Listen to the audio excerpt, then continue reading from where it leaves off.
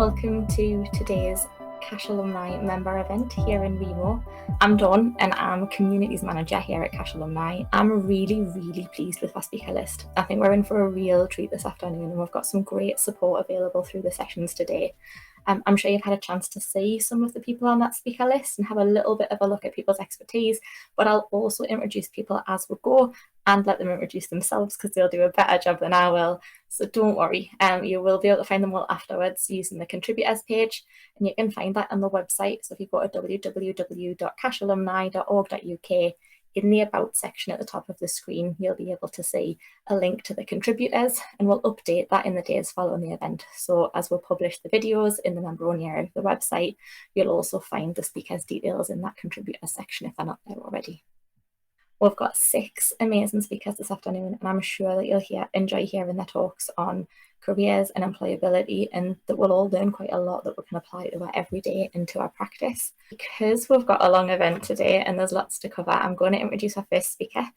So if Dan could turn his camera and his microphone on and make his way up to the stage beside us.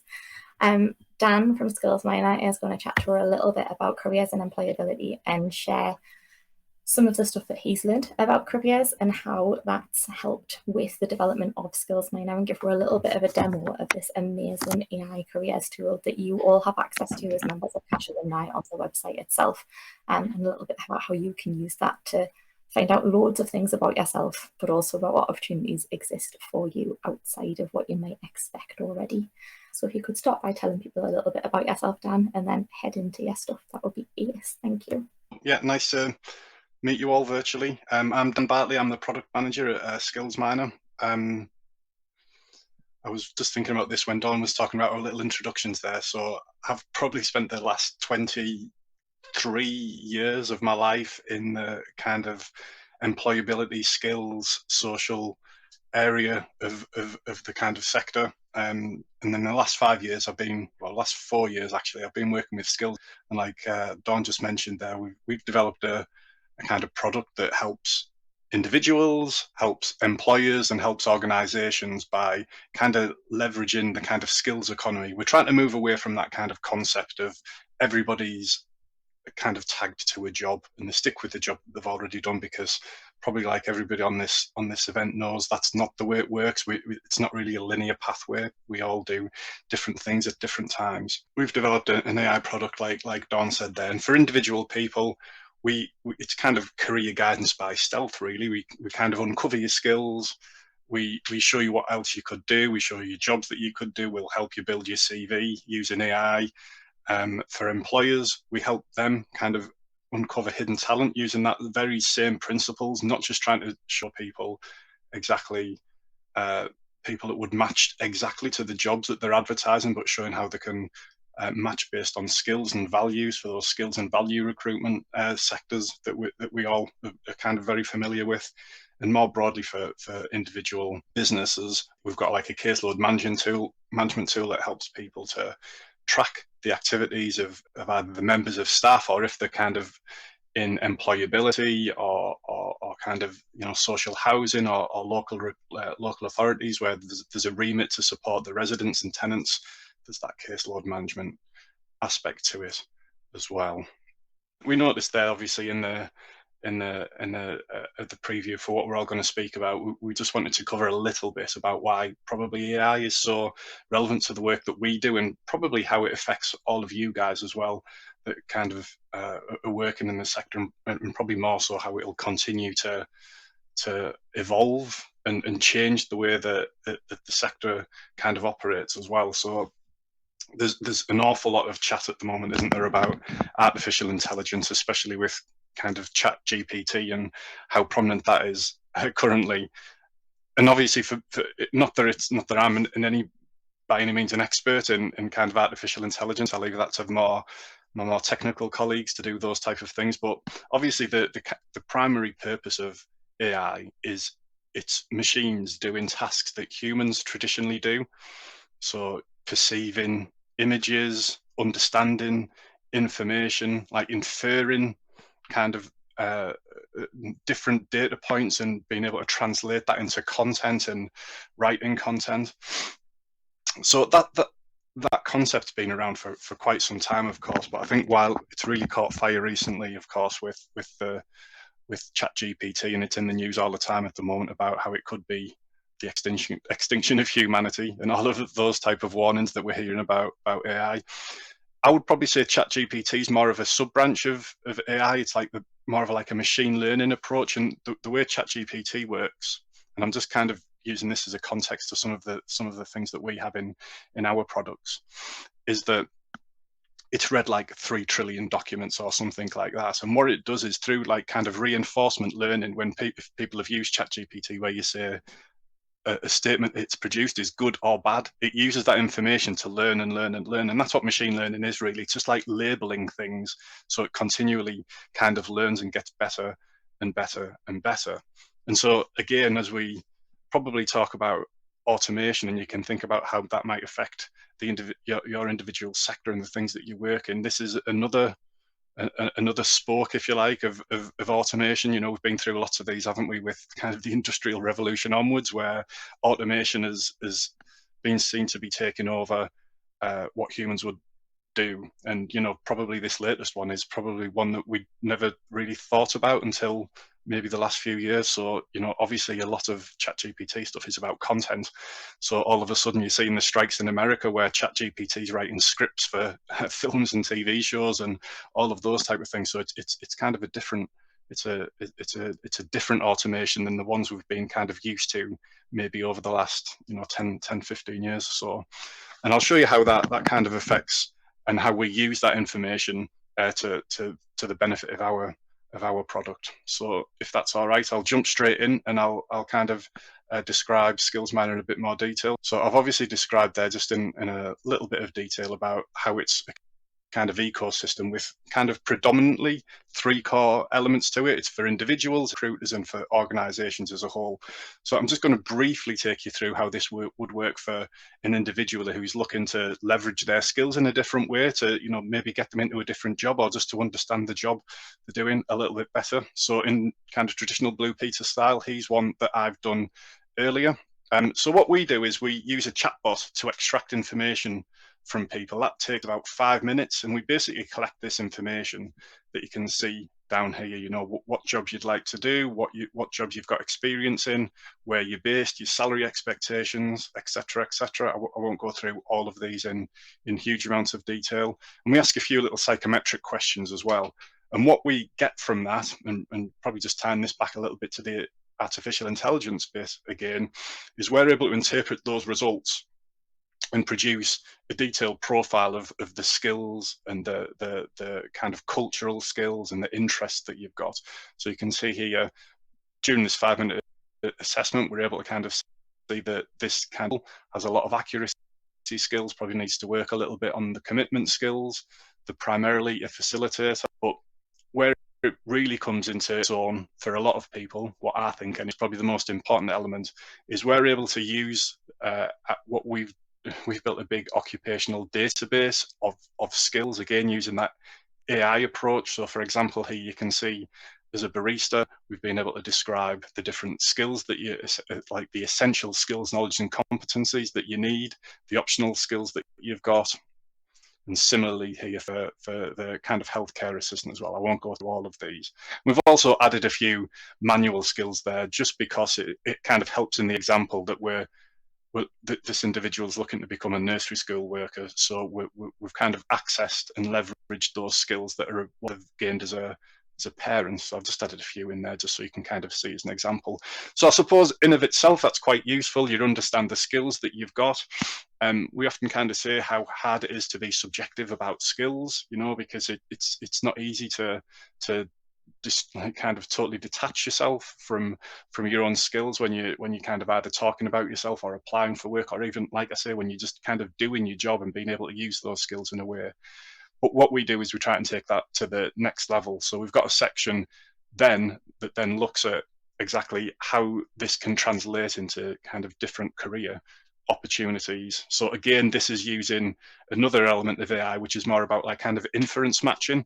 So we've got here that, like we mentioned before, we've got the experience as a barista and a healthcare assistant.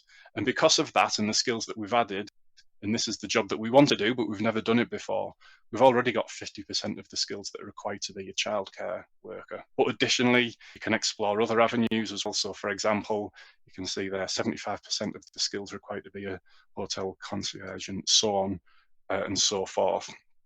And obviously what this is trying to do really is appreciate that career guidance is really, really complicated. There's no way that any human can really replicate the algorithms that the kind of artificial intelligence can bring. You can kind of say to somebody, you've worked in one particular area, which probably translates into another one, but you can never really get down to that granular level of being able to describe exactly what the nuts and bolts of what that means in terms of the skills that they've got and the missing skills, whereas that is something that we're kind of able to do. So you can see there as well, if this individual is wanting to be a childcare worker, we've got these other kind of career guidance elements that sit next to it as well. So we can look at the training opportunities that are available to the individual. So if they're wanting to upskill to get into those areas, we've mapped the off-call register and obviously all the cash, alumni and NCFE qualifications there as well. So you can find out more about that, find out which centres it is that's kind of delivering them. That means there's about 15,000, I think, or so of those particular ones. If you're wanting to understand a little bit more about what it means to be a childcare worker, we've got like video resources that kind of describe this. So just to be clear, we've got about 3,000 unique occupations that sit on our database. So we've got this data that sits against each one of those 3,000 unique occupations. Obviously, they're just to differentiate jobs and occupations by occupations. We don't mean the number of vacancies. We would mean like a childcare worker is an occupation of which there is, well, as you can see in this example there, 71 jobs that are available in the area to that particular person. We've also got online courses as well. So we're trying to really bridge that entire gap for people. For a lot of occupations, of course, you might not need to take formal qualifications, and you might be able to just upskill with some online training or some of the video resources that we've got, whereas for others, you might need to go down that more kind of formal career route. And we've got about 30,000 of those online courses as well. But obviously the star of the show for most people is just being able to apply for this. So what you can do there, I've just created like a kind of fake vacancy there just for our internal benefit, and I'll show you why that's going to be relevant in a minute. But additional to that, we've got APIs to like links to Indeed, Read and Adzuna, so that gives us about 1 million jobs across the UK. So you're never going to be short of a job once you've found out what you want to do and you feel ready to apply for it. So this example one set up here, you can then look in a bit more detail. You can see where your styles compare to what the job is, interests compare, and probably of most interest, like I've seen previously, it's the essential skills, knowledge, and competencies. So we show you the skills that you've got in common with the job, and also where you've got kind of missing skills there as well. But not only that, if we then want to take it to the next step, you can click on any of these skills, and if you want to, you can watch some kind of videos that will kind of explain what it means. And if you watch a video and it's something that's kind of, relatively simple, you can then infer that you're going to add that skill to your backpack, and then you'll get a little bit closer to having the skills required for the particular job that kind of looking at. So that obviously that then gives you the ability from whether you want to upskill or train to then eventually applying for a job. But obviously one of the more complicated elements of doing that is actually the application process itself. So we've recently just developed, again, using AI. So this is why I kind of laboured the description of why AI is so important at the start of this call. We're calling it like an application assistant. I think traditionally these are called like CV builders, but the reason we've not called it that is obviously as time goes by, less and less jobs use CVs. It's online forms and different mechanisms to do it. So our application assistant just allows you to kind of build up very, very quickly the content that you would then use for either a CV or an online application. So literally in a matter of 5 minutes, you can have a kind of basic outline of what your CV would look like. So here's one, I'll give you a little example of how quick that can be, of course, but if you can just see here across these sections, you've got your personal information, personal statement, your experience, across different occupations and different jobs that you've done, your education, your language, your awards, different projects you've done, hobbies and references. So with the exception really of references, education and languages, we can use AI to help you generate the statements that are going to be relevant. And again, just going back to that concept, it's a lot of this is about just being able to help people with that kind of writer's block that you can often get when you're writing a CV from scratch, especially, you know, if it's for the first CV that you've ever wrote, or the first application that you've ever done, and just being able to build up that kind of master kind of CV kind of context. So I'll just give you a little example of how that is very, very quickly arrived at. So if we just go to add in like a new experience here, like you say, we can look at any single one of those 3,000 individual jobs. So I'll just pick the one I've got particular experience in. And I know Don's probably mentioned this already. If anybody wants to get access to the platform, they're more than welcome to do so. So I've just entered my particular occupation. Now, what that's doing is it's looking at all of the occupational data sets that we've got, and also using some of that content generative AI, and literally just by inputting that, it's able to look at the roles and responsibilities and some hypothetical kind of skills and achievements. So you can see that we've put that, even that little disclaimer, because obviously it's important to recognize that some of these things aren't specifically about me, it's about the roles specifically. So where it's got a 15% reduction in waste or whatever, you know, it allows you then to kind of tailor those exact metrics, those exact data metrics to meet your particular circumstances. And you can see, again, just like we've mentioned before, you've got all of the skills that are associated with the job. So if obviously they're all missing here, because in this particular example, the person's never had experience as a product manager, but normally that would infer a degree of proficiency of how good or how bad they were at these overall skills. But every single kind of skill, if you like, can then just be added to the template below, and you can see which ones it is and then edit them, etc. So if anybody gets a chance to get a play with that, like I say, you can normally pretty much get around that in a very short period of time. We'll be enhancing it as well, so that eventually we'll be able to take individual job vacancies and try and frame the CV to reflect the particular requirements of a particular job. So I hope that makes sense from what it is from an individual's perspective. I'm just going to flick over. I mentioned obviously earlier about this being an ecosystem, so I'm just going to show you what this looks like for a recruiter now as well. Like I said, this being an ecosystem, we're trying to make this like kind of mutually beneficial for everybody. So individuals can go on there, get all of that great stuff around the careers advice, applying for jobs. Recruiters can go onto the system and look for talent in exactly the same way. So just like I did previously, I've just created a vacancy here quite quickly, early childhood assistance, particular requirements of what I want the skills required, the essential skills that are required to it, the styles requirements, the interest requirements.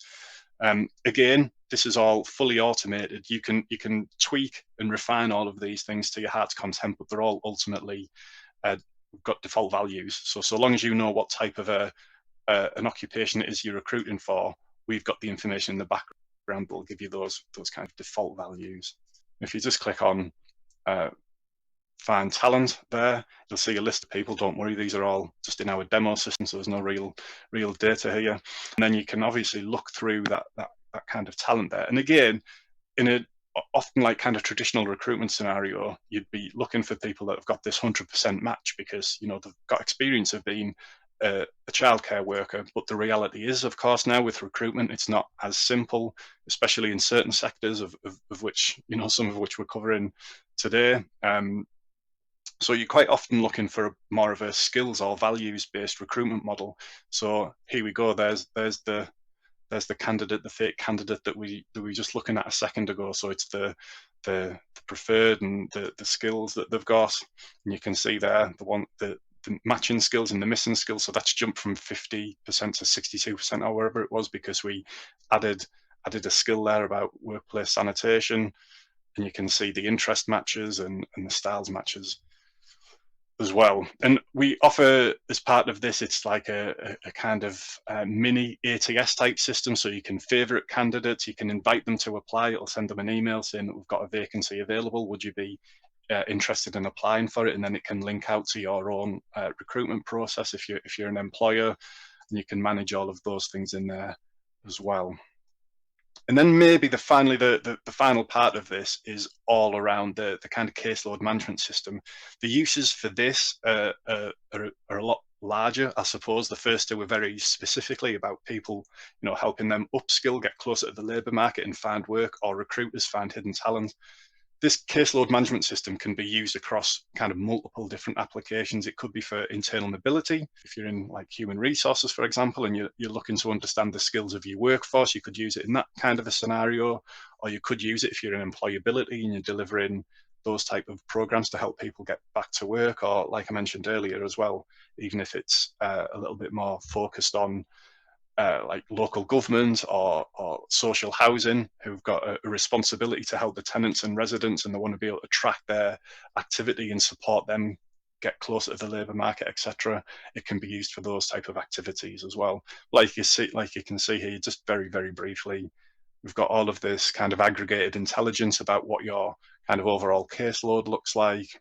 You can really delve into detail and almost get like a mirror image of that profile you could see for an individual candidate, a bit like you can see here. So this is a different candidate, but the same type of context. You see all of the preferences and the preferred and previous occupations.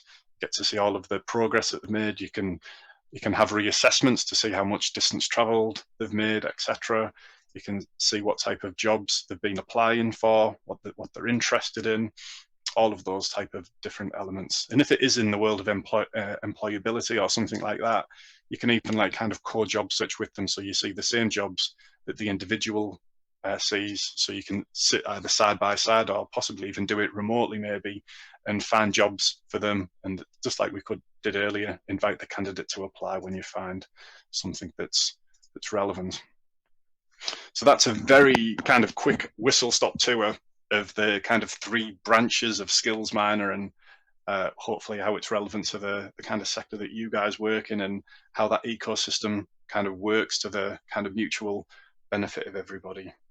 If anybody does want to play with Skillzminer, not now, because I know that you're listening to the cool things that are happening here, but you can find that on the Alumni website. If you head to the website and then to the careers menu at the top, you'll find search with Skillzminer as one of the drop-down options, and then you can access the free version of Skillzminer that is available to our members, which we pay for on your behalf, so that you can use that to search either for jobs for yourself, or if you're an employer and you're looking to employ somebody, you can get in touch with us using the information on one of those other drop-down areas, which I think is Skillzminer for recruitment, and we can get you set up so that you can advertise your own vacancies. Thank you very much, Dan. That was really great.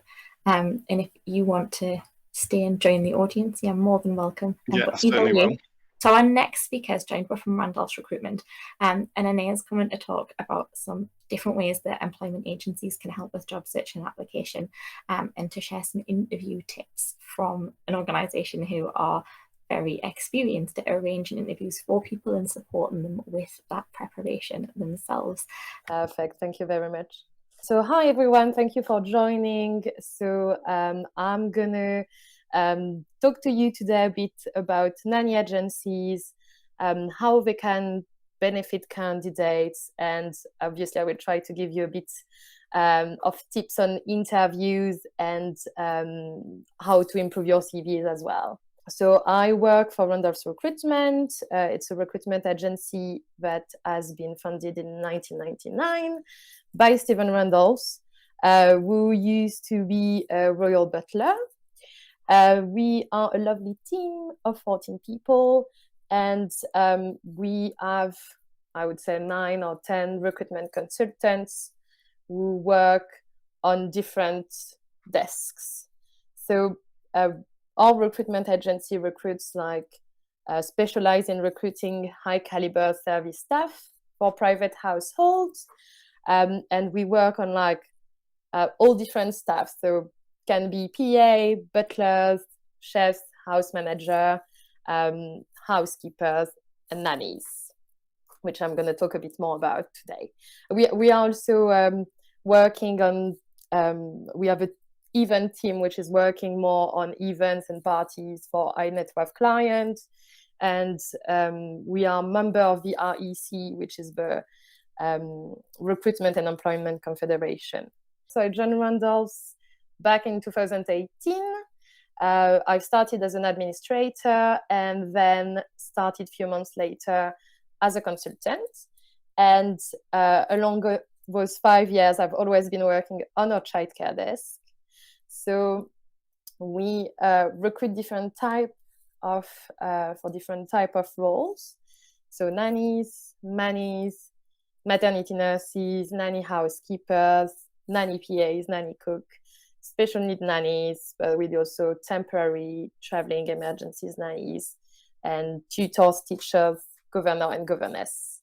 And we work on different type of position as well. So it can be permanent, temporary role, full-time, part-time. And we work in the UK, but also on international roles. We got actually like another company in Geneva, in Switzerland. So we work we are quite present in Switzerland as well. We are also on the childcare desk member of the Association of Nanny Agencies. And we work in partnership with some school.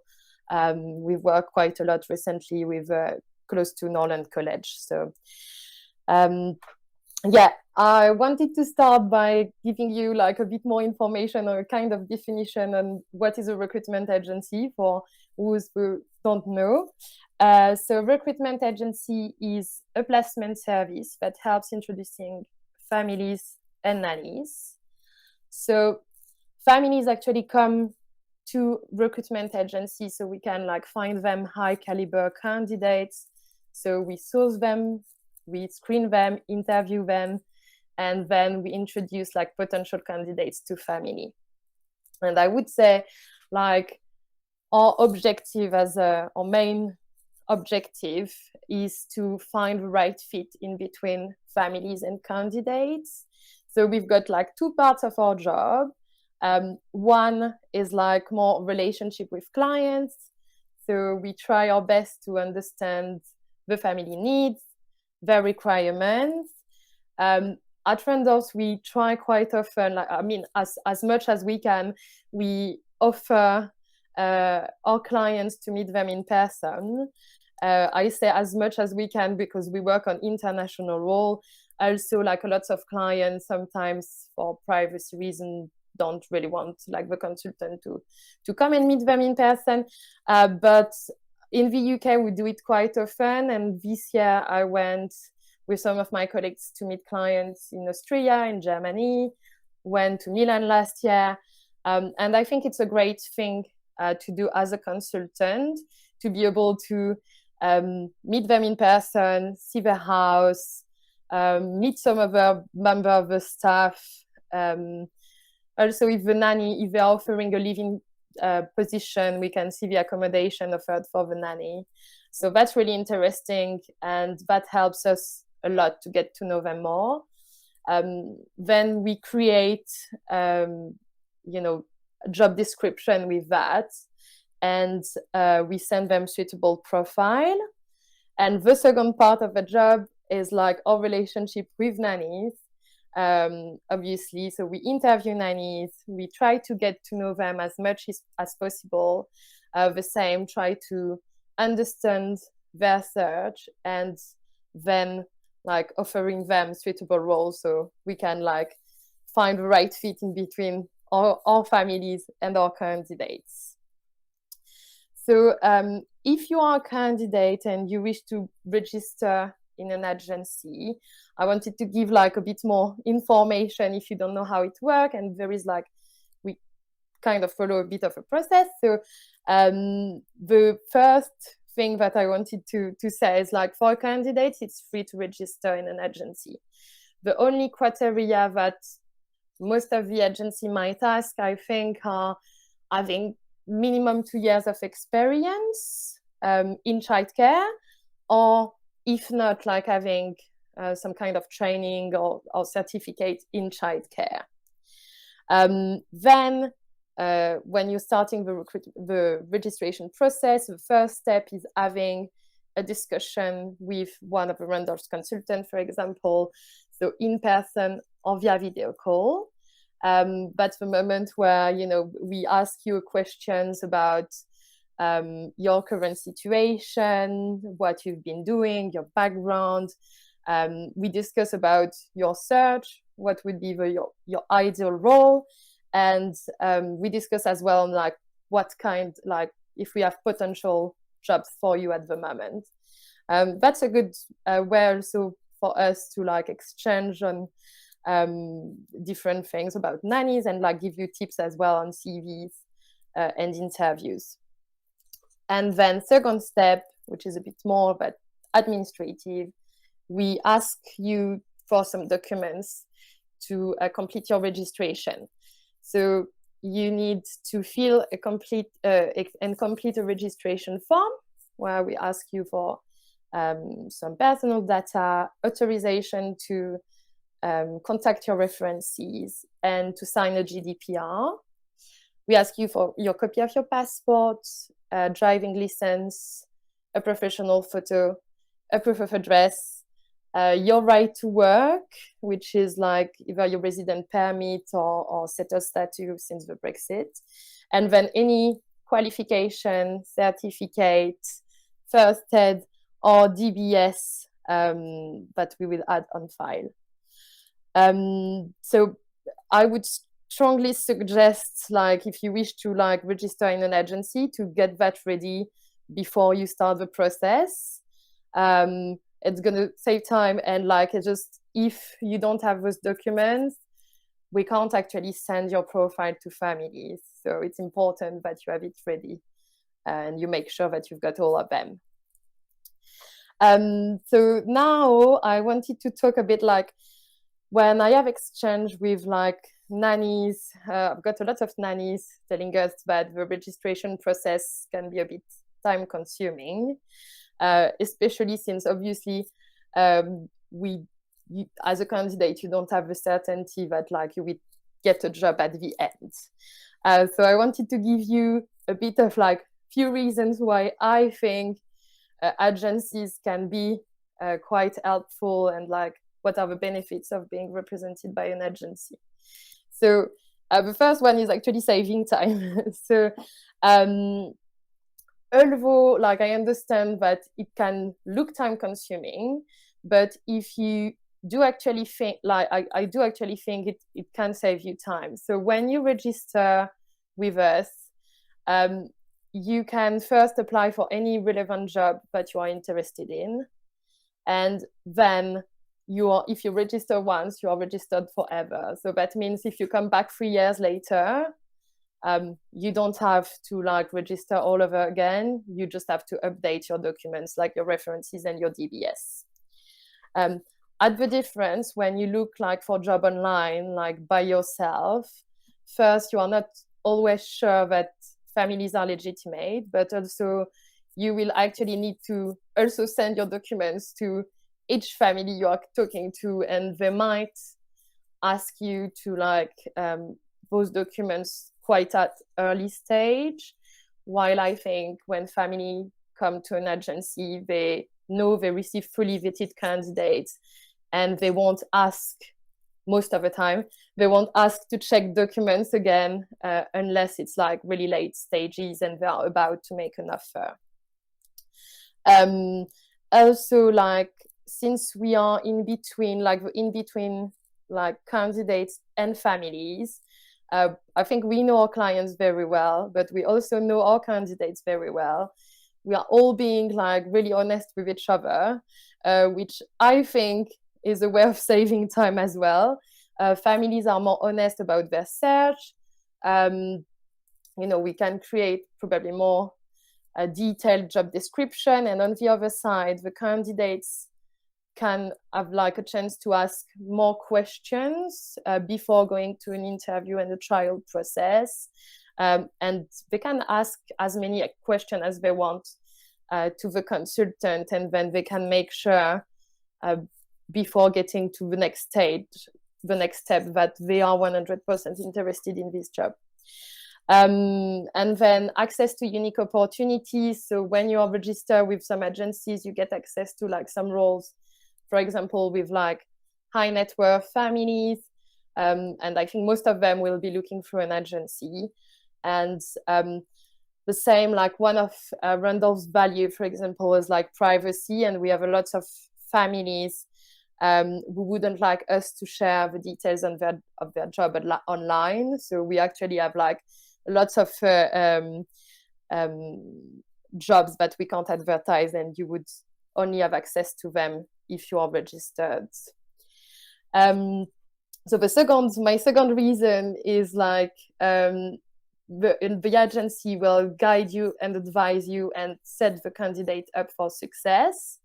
So I do believe that we work as a team with nannies or with candidates. They want to be placed in a job, and we want to place them as soon as possible. So at Randolph, we try to be like as honest as we can, communicate well with our candidates.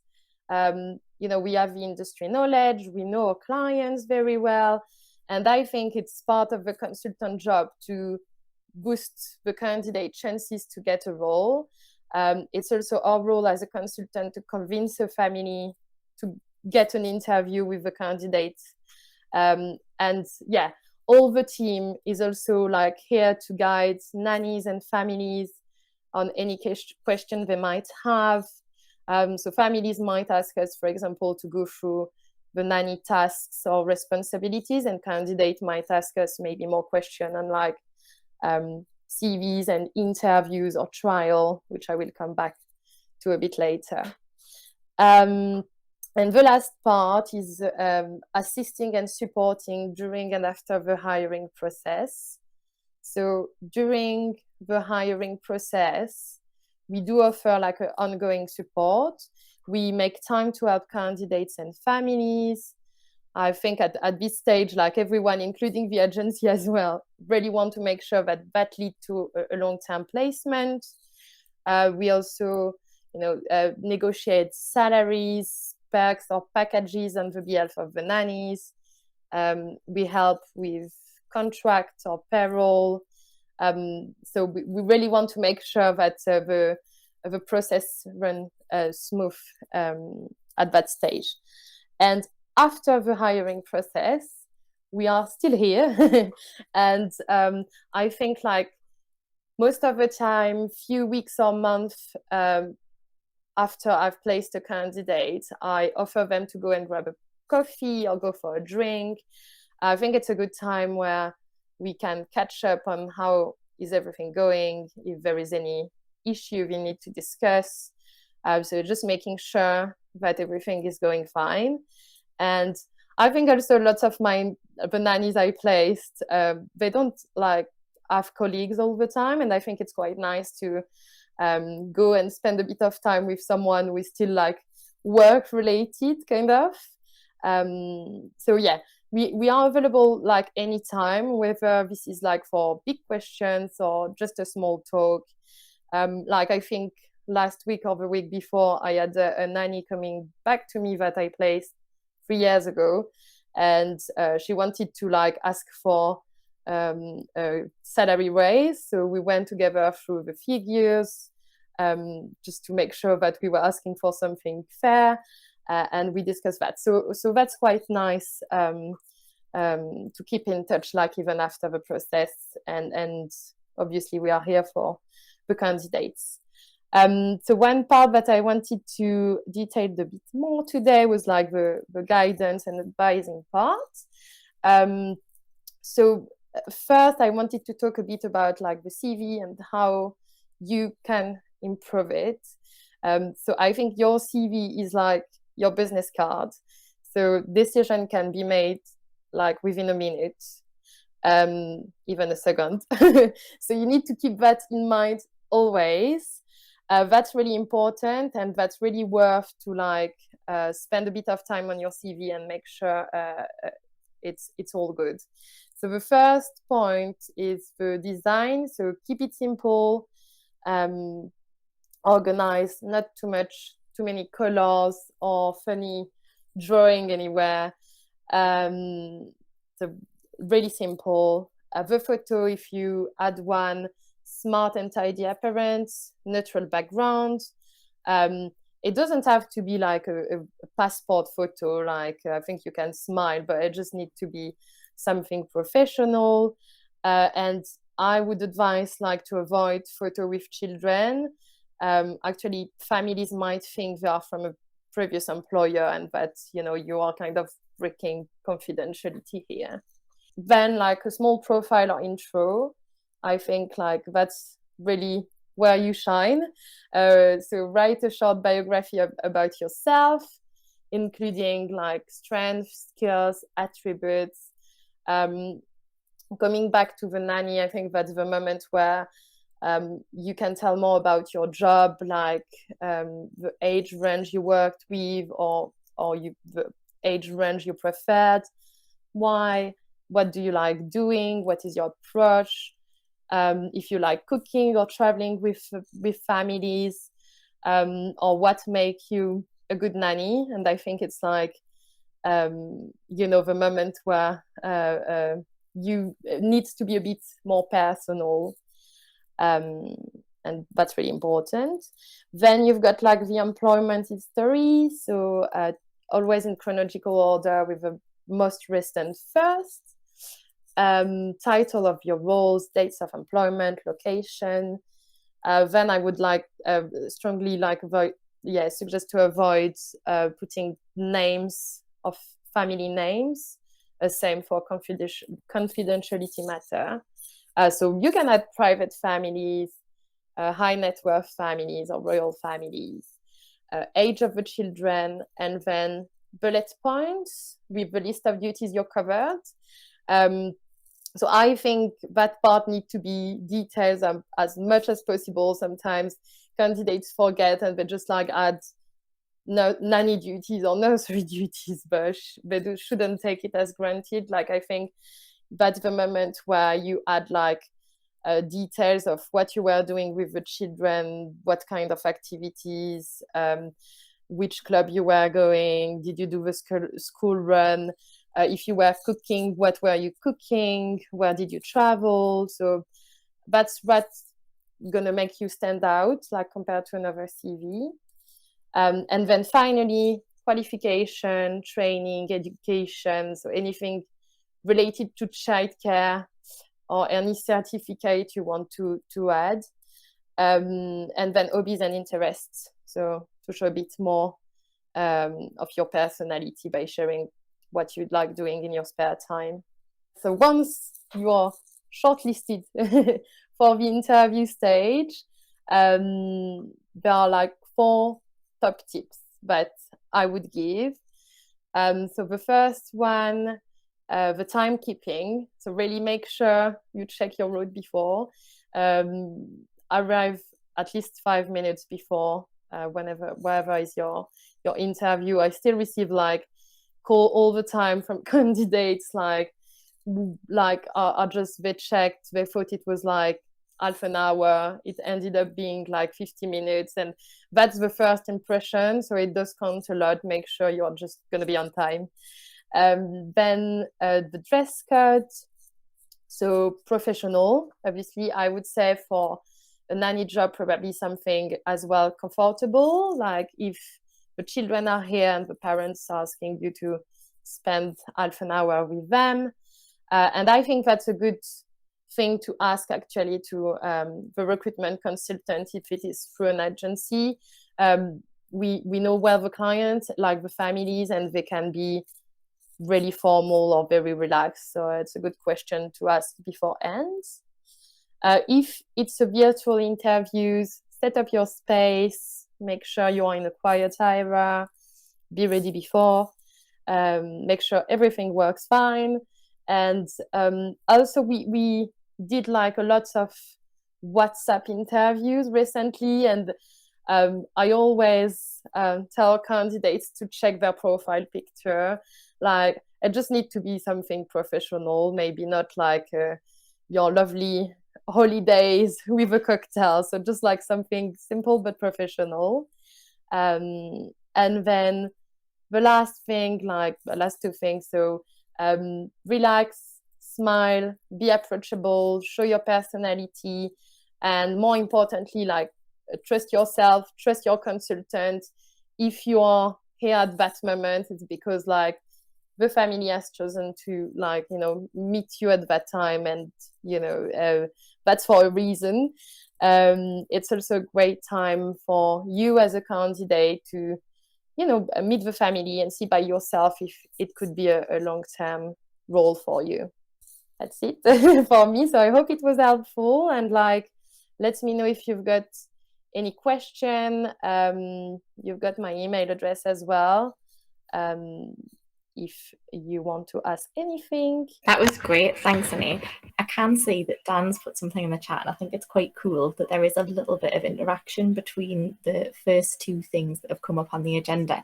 So one of the features that's come into Skillzminer is that there is some CV creation stuff within there. And what's in there at the minute is, obviously, Dan talked about that ability to find your skills. So yes, from some of the stuff that we've done with amazing childcare professionals and educational professionals so far, we know that not everyone's brilliant at talking about themselves and all of the things that they're good at. And while they can talk about why the children that they interact with or the people that they look after are wonderful, if you ask them what they're good at, sometimes they'll say, oh, nothing, I just look after people. So Skillzminer can be really good if you aren't sure about what your skills are, or if you're not sure what to make the most of for something and put it on your CV, to actually figure out what those things are. And then if you did want to ask for support from a recruitment agency, then someone like Anais would be able to tell you which of those skills you might want to focus on more in your CV, or which might be more interesting to the specific family that you're looking for. That was great. Thanks, Anais. And if people get in touch with me with questions for you, thank you. Yeah, thank you very much. Our next speaker is going to talk more about their own experience of finding work and organising a career through nannying, linking really well on from what Anais has been talking about. And Shada Lambert, who is also known as Nanny Sharz, is a spectacular nanny who sort of experiences a travel nanny and has specific skills in sleep training and potty training. So Shada, if you want to turn your camera and your microphone on using the buttons at the bottom of the screen, you should appear next to me on the stage to be able to introduce yourself and talk about your career journey and all of the things that you've managed to build as part of that. Hi everyone, my name is Nanny Sharz. I'm going to be talking about becoming a successful travel nanny and paving my own way. A lot of the times when people ask me, what is it that you do? And I say a travel nanny, they go, what? What's that? So I'm going to be educating you on what it is that I do and how I paved that career for myself, and also give you some career options that you could look at within the nanny industry. So just go through a few pictures. Here on the left is me traveling on a private jet, which was quite nice, to Tanzania with a family of 3 children. In the middle is me having the time of my life on a beach in Oman, where I lived for 9 months and looked after 1-year-old twins. And over here on my right, I do have consent to show him. This is my baby boy. I call him my baby boy. I got with him when he was 6 months. And this is us at his uncle's wedding in Washington, D.C. So I will tell you a bit about how I got into travel nannying and some of the experiences I've had. So who am I? I am a British Jamaican travel nanny with 19 years experience. I am an award-winning international, also mentor and coach nannies. And top of that, I also have a specialism in sleep consultancy, potty training, and also being an international speaker. I'm the founder of B&T Nannies and the CPD annual international childcare conference called NannyCon. So we put on our first conference this year, and it's tailored to anyone working in childcare. So we put that on this year, and I'm the founder of that. And I normally specialize with celebrity families, high profile families, and I've worked in over 38 plus countries. I can't remember all of them, but I can remember 38. So these are some of the countries that I've managed to travel to and be a nanny, and it's been an incredible experience.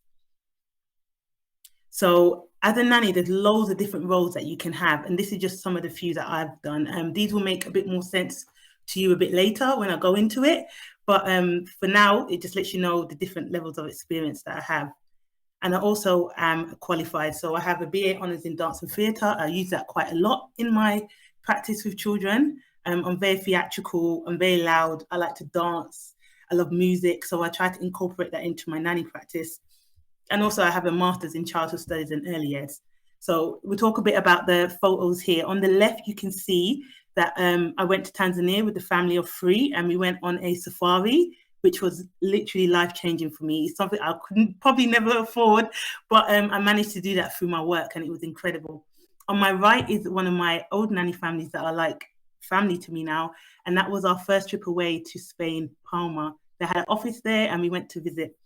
At the bottom is me in New York doing some work, and on the right is me in Amsterdam, which I've been to many times. Just got back yesterday. That was my 9th time going there to work. So a bit about my journey, how I got started. So I started teaching dance and drama at my performing arts school at age 13. So at first I went to work, but I was very hell-bent on being independent and making my own money at 13. I don't know who I thought I was. But I really admired my dance teacher, and I kind of pitched the job to her and said, could I be her assistant? So anytime that she would take time off or she would be ill, I would have been watching everything she had been doing. So I would take over the class for her. I started babysitting for friends and family, and I got recommended to my first nanny job through that. At 16, I took my first flight to Cyprus as a travel nanny. And this is in the nanny industry, we call the children we look after our charges. So this is my charge. And it was amazing. She was 4 years old, or she could have been 6. It was a long time ago. So I can't fully remember her age, but she was between 4 and 6. And I didn't charge, and I went for a week, which I would never advise you to do. I was just happy to go on a plane, if I'm honest. I'd never been on one, and it was really exciting for me. And it also sparked my love for travel. I travel at least 12 to 16 times a year, and that's with work and also personal. And it made me make a goal to build a career as a high-profile nanny, because I saw what comes with it, and I love the busy aspect of working with a family that is constantly on the go. So that's where my passion comes from. That's a bit about me. So let's get into what is a nanny. A childcare professional. A nanny is a childcare professional, or we call ourselves caregivers. We work in the home, and our role is to support the family as a whole. Our main duty is to do anything that is related to the child. So we want to provide kind and safe experiences, opportunities for children to learn and have fun, and also support the parents with any kind of childcare related duties that they have. We are trained and qualified home childcarers. We also become quite close to the family. Like I said, a lot of my old families, we have a saying in the nanny industry, an MB is a mum boss and a DB is a dad boss. And so my MB, some of them have become like really big sisters to me because we just got on really well with me being their nanny. So it kind of is like your auntie. When you leave, you kind of feel like your auntie when you go back and you see the children. So our responsibility, like I said, again, is childcare related duties. So that would definitely be, working on their education and their child development milestones, and also the well-being of the children as well. We perform duties that relate to the child. We often get described as the third parent. So we like to say nannies are part of the parenting team, and we are the mum and dad's right arm, right leg, left leg, left arm. So if they can't do it, we step in, and that's where we try to be a regular support for them. We work directly with other professionals involved in the children's lives. So that could be teachers, nursery key workers, paediatricians, doctors, nurses, tutors, any kind of activity. Some children have like chess practice, or they have football practice. So we would liaise with all of those professionals that are dealing with the children's lives. So we ask this a lot. What's the difference between a nanny and a babysitter? Because it gets confused, and it does really irritate nannies, I would say. So my best analogy of it is we have a doctor, we have a nurse, and we have a healthcare assistant. They all work in the same place. They all do similar things, but all can't do the same thing. Does that make sense? I hope I'm making sense. So what we tend to say is a nanny is an experienced childcare professional who provides long-term childcare. So we are there on an ongoing basis. Babysitters normally is someone that works short-term or casual, and they usually come in the evenings whilst the children are sleeping. So sometimes they don't actually get interactions with the children, but they're there to just make sure the children are safe, they're sleeping, and they're well. And when the parents come back, they can do a handover. Nannies, as you can see from what I've already explained, we do a lot more. So let's get into the nanny duties that we do. A lot of the time when I tell people what we do as a nanny, they go, so you're basically a parent. And I'm like, yeah, well, not quite. We haven't given birth. We haven't gone through the postpartum. We haven't gone through all of that. But we do everything the parents would do unless they tell us not to. For instance, some parents like cooking for their children. So they'll say, oh, is it okay? Like if I do the cooking, you do everything else. Or some parents don't really like potty training, which is one of my specialities, which I love. So I'm like, I'll do the potty training. You don't have to worry about that. Some people don't like when their children don't sleep through the night. So I will offer my sleep training services. So it's really just working as a team. And it's kind of good in a way for parents because as a parent, there's something that you just don't like doing, but you do it because you know you have to. But if you have someone else that enjoys it or could take that load off you, why not take that opportunity? So just to go through some of the, I won't read all of them, but these are, just have a look at all the things that we do. And this is just a snapshot of some of the things that we do. We do a lot more, but we do the laundry and the ironing for the children's clothes. We supervise the homework. If we are traveling, we pack all the suitcases for the children. We unpack them and we schedule naps and sleep routines. We put children in routines and schedules. We do the school run, driving for them, taking them to parties, arranging play dates, organising any kind of life events or appointments that a child would have. In regards to cleaning, we clean their bedrooms, their playrooms, any kind of living spaces where they use regularly, we do that. So I often sanitize all the toys at least once a week. I wipe down the toys on a daily basis. You know, preparing and cooking the meals. I like to cook fresh. So I like to cook on the day that the children eat because it's nice and fresh from scratch. And sometimes parents want you to bulk cook, so that's fine. You can you can cook loads of food all at once and then freeze it if you wish. We work on educational activities with children, so that could be crafting, reading, writing, mark making, you know, getting them prepared for school. A lot of us travel with the family. That's my main role. I travel with the families.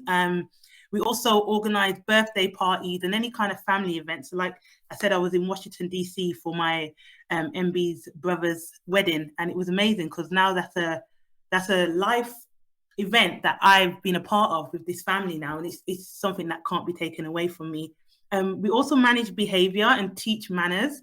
If the child has a medical condition or they are ill, we will also administer medicine with the approval of the parents. And we also encourage loads of development milestones for the children. So we have to know when a child is 6 months, what are some of the development milestones that they have? And we have to encourage that. So I have a thing that I call crawling club or crawling practice.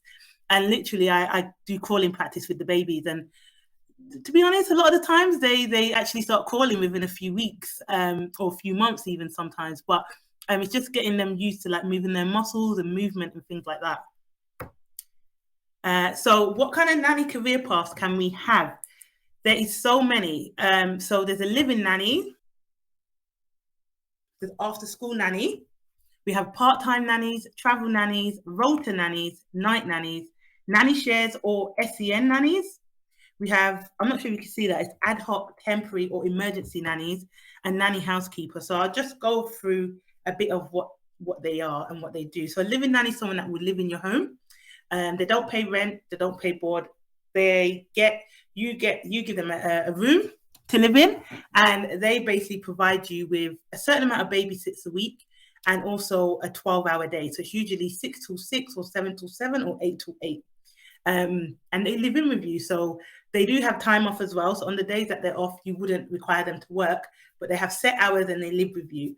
That's really good for parents who tend to travel a lot, or parents that tend to like to be out quite often and need, you know, some kind of respite in the evening. A live out nanny is someone that commutes into the house. So like you would with your job, you leave your house, you go to work or the office, and then you come back home. So that's basically what a live out nanny would do. A rota nanny is actually one of my favorites. And it's basically you work 24/7. And it sounds like hell, but the good thing about it is you work 24/7 on a rota. So what you would do is they have 1 week, 2 weeks, 3 weeks, and 4 weeks. So you would work for 1 week, 24/7. That means every day, every night. Now, if you get the children, my package, you get the children to sleep for the night, technically you're just working in the day. So with rota, you work for 24/7 for a period of time, and then you have that same period of time off. So usually rota nannies work 6 months a year, but they get a full-time salary, because when they're off for their 2 weeks or for the 1 week that they have, someone else will take over, and then it's like alternating with 2 or 3 nannies. So I think that's a really cool job. It's very well paid. Yes, it's quite full on when you're there, but when you're off, you have all that time to yourself, and it's amazing. After school is usually what a lot of nanny parents do. They like to work after school. If their children go to a after school club, they can also pick up other children when they're picking up their children and things like that. So it's quite good. Or it's mostly for students as well that like to or do their studying in the day, and then they want to work in the evening. A part-time nanny is someone that would work 2 or 3 days, 2 to 4 days a week, with part-time hours. And nanny's normal hours is 10 to 12 hours, but part-time nannies would work anywhere from 6 to 8 hours a day. A night nanny, so yes, that is someone that sleeps in your house at night. And if your child wakes up, they're responsible for sleep conditioning and training or teaching your child how to fall back asleep. A nanny parent is basically a parent who is a nanny. So it could be a dad or a mum. There is a term of the nanny mum, which was coined by Everything Courtney, who is a nanny in New Jersey, and Carrie the nanny, who's a nanny in Indianapolis. They do a lot of advocating for nanny moms and nanny parents. So if you're a parent and you want to become a nanny, or you are, it doesn't mean that you have to lose your career. You can still work as a nanny and be a parent. A lot of the families actually like that, because it means their children have a permanent friend. So sometimes the children can go into work with the parents as well. So it really saves on childcare costs as well for you. A travel nanny, which is what I do, I provide childcare. I like to say a 5-star childcare service while you travel.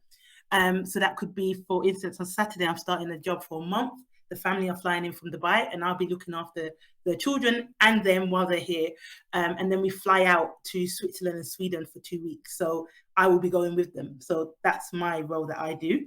A nanny share is a family that shares a nanny. So if you and your friend had children and you lived quite close together, maybe like a road or 2 away or on the same road, and you had a nanny, she would share, or he would share, their time. So 1 week they'll be at someone's house, and the next week they'll be at the other parent's house, or sometimes they're at one house and they just liaise. So that helps, because the average cost for a nanny is quite expensive. It's very well paid, where if you can half that and get the same kind of care that you would if you're paying full time, it's amazing. We have SEN nannies, who are nannies that only focus on children with neurodivergent needs, and they're normally very highly trained in that sector.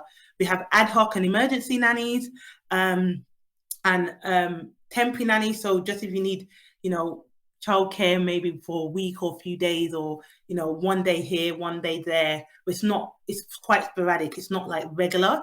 There's options for that. That's how I started out, actually. And then a nanny housekeeper, which is someone that basically does all the household duties, cooking, cleaning, everything to do with the house, laundry, ironing, and then they also look after the children as well. So it's normally like 50-50 role. So when the children are at school, they'll get all the housekeeping duties done. And then when the children are home, their focus would be on the children.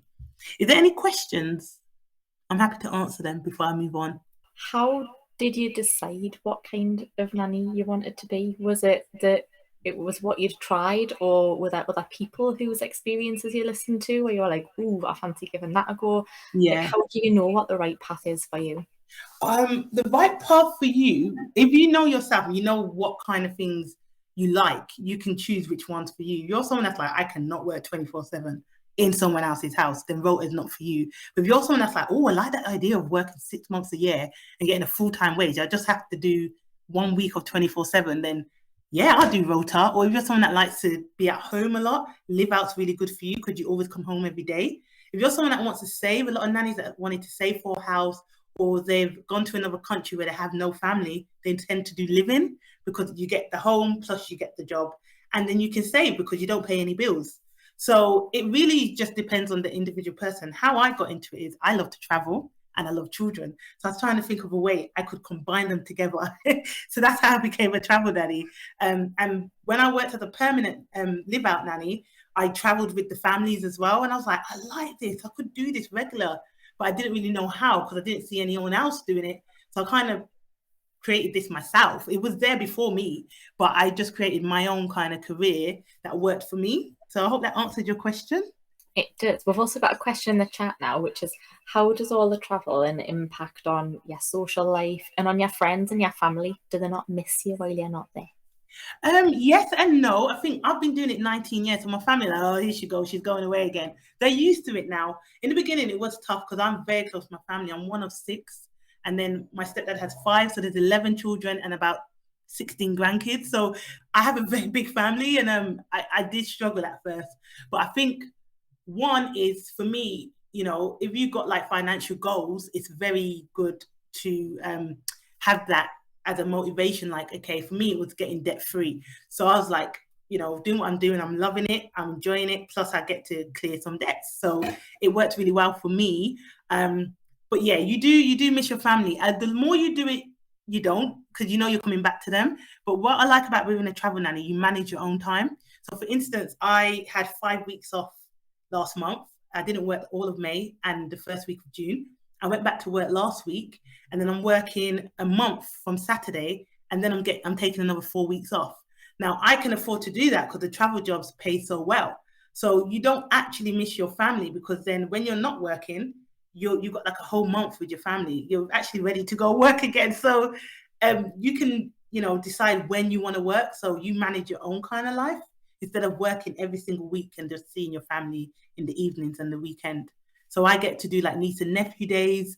In the middle of the week, I can go see my niece and nephews, which I absolutely love. I love my godchildren as well. I can go see them on any day I want. So it works really well for me. My thing is freedom of time, and travel nannying gives me that. So I hope that answered your question. So nanny career paths. Oh, this one's come out a bit funny, but I'll just let you know. So we also have mannies. This is my friend here. His name's Ike. He's a Norland nanny. And a manny is basically a male equivalent to nannies and carries out the exact same duties as a nanny would. A lot of the benefits, though, is a lot of people that have boy children like to have mannies because it's like a positive role model. It breaks the stigma. It's very inclusive and diverse. Extra skills, like sometimes mannies might have extra skills that other nannies might not have. So it's really beneficial. And then there also can be more like a professional big brother role as well. And they are childcare professionals, which is, a lot of people think, oh, a man nanny, no, I don't want that. But honestly, Ike is an incredible nanny, and he looks after a little girl. I think she's 1. And his family are super happy with him. Everyone that he works with just loves him. And there's so many other nannies as well, but I just want to do him as an example because he's incredible. I put his Instagram there, so you can go have a look and just see it. There's some of the things that he does, and he's an amazing chef. Honestly, his food makes me hungry. And then we have the nanny parent, which I was speaking about. So everything Courtney and Carry the Nanny, they are 2 nannies that really advocate for parents that are nannies or want to become nannies or are nannies and want to have a family but feel like they can't have both. They are perfect examples of that. They're both got partners, they both have children. Carrie has a boy and everything, Courtney has a girl. And their families are very understanding, and they allow them to bring their children to work part-time. So I know that everything Courtney's daughter goes to the nursery, like I think 3 days a week, and then she's with her for 2 days of the week. And she gets to have such a great bond with her nanny charge because they've grown up together in a way. And then the same with Carrie as well. She looks after twins and an older girl plus her son. So she's got 4 of them. And it's just amazing to see how they manage it. So, you know, they're really good at showing people that just because you're a parent doesn't mean you can't have a successful nanny career. So they are experienced professionals, but they're also parents. So if you are someone that comes under these categories, I would love to, you know, signpost you to people that can really help you kind of get into nannying, but still feel like, you know, you have a career and you have your home life as well. So what do you need to become a nanny? Qualifications, childcare experience. So examples of working in a nursery, a teacher, babysitting, an au pair, tutor, childminder, the list goes on. A DBS, make sure it's within the last 2 years or you're on the update service. An up-to-date pediatric first aid. Usually they like you to, especially agencies, if you're getting a job for agency, they like you to update it every 3 years. Childcare qualifications are optional. A lot of parents do want you to have it because it shows that you know what you're doing and you've also trained in it. But a lot of people have got jobs off childcare experience. So it goes both ways. You need a CV and a nanny portfolio. I'm very happy to talk to someone. If you want to discuss what's in a nanny portfolio, I can go into that a bit more with you if you want. Feel free to send me a message. I'm on Instagram. I'll show you that at the end. So you need that, and also some kind of professional development or extra courses that shows that you've invested in your career and your education. So like I said, NannyCon, the CPD conference that I do, is perfect for something like that, because we do professional development. You get CPD points, and on top of that, you learn at least 10 to 11 new skills. So here's the skills that you need. Definitely a love for children. If you don't love children, this is not your career. Personality. So a lot of people forget about this, but your personality is really what's going to get you the job. And for me, I feel like that's my superpower, my personality. I'm very bubbly, I'm very warm, very kind. I feel like I'm quite funny, but some people might beg to differ, but I'm quite funny. I'm very energetic. I'm super animated, and I am super creative. Like when I'm with children, I'll be rolling on the floor, jumping here and everywhere. And I think parents love that, because a lot of the times we have some adults that are too scared to be silly, and me, I'm the complete opposite. So make sure that your personality is shining through. You show those true sides of you. I'll put a love for children twice, so maybe that's a sign. A driver. So sometimes families want someone that can drive, a confident swimmer, or someone that has great cooking skills. You definitely need to be flexible and reliable, because being a nanny, things will change. 100% things will change, but you just need to be able to be adaptable and flexible within that. So they want someone that's educated and professional, attention to detail, and a multitasker is top up there. And your mindset is very important as well, because there's going to be days where those children are going to test you. So having a positive mindset and a can-do attitude is really good as well. So we're going to go through some nanny do's. Let's talk about nanny do's. Having a contract is a must. By both parties, needs to be signed by both parties before you even start a job. Making sure if you travel with the family, you have all the details that you need before you travel. Asking any questions at interviews is very important, and setting boundaries within the interview. So if you're not happy, for me, one of my boundaries is I do not cook for the parents. I've done it in the past, and parents can be very fussy with what they eat. And I'm someone that I can cook very well, and I can cook for children. But when I start doubting my cooking, I'm very Jamaican. So I'm like, you got me doubting my cooking now. Then I'm like, no, not doing it anymore. It's too much stress. So I will just cook for the children. That's one of my boundaries. I don't cook for parents, and I don't do parent laundry. They're my two boundaries. Everything else, I'm happy to chip in at, but they're my boundaries. So make sure you have your boundaries. Don't have too many, because you definitely want to still be flexible. Like I said, moving on, being flexible and adaptable is super important. Very, very important to build a strong bond with the children. It's going to keep you coming into work every day. Yeah, wear appropriate attire. So myself, I am Caribbean, so I have big hips, I have big boobs, and I have a big bum. So I can't wear anything revealing when I go to work. I need to make sure I'm covered, but I'm also comfortable. So just wear appropriate attire, yeah? Be supportive, and be a supportive hand to your employers. Sometimes a lot of nannies get this wrong. They think, I'm just here for the children. Don't care about the parents. For me, I make a conscious decision to ask parents how their day's going. How are they feeling? Do they need me to support them with anything? Do they need any extra help today? Or I have a bit of free time. Do you need me to do something else that isn't normally in my role, but just to help them manage the time and the day? And have interview questions prepared. So important. Take your annual leave as well, because a lot of nannies get, I think they get 28 days. Some nannies can negotiate more, but a lot of the time they won't take it. Me, I take every single one, because I like to travel.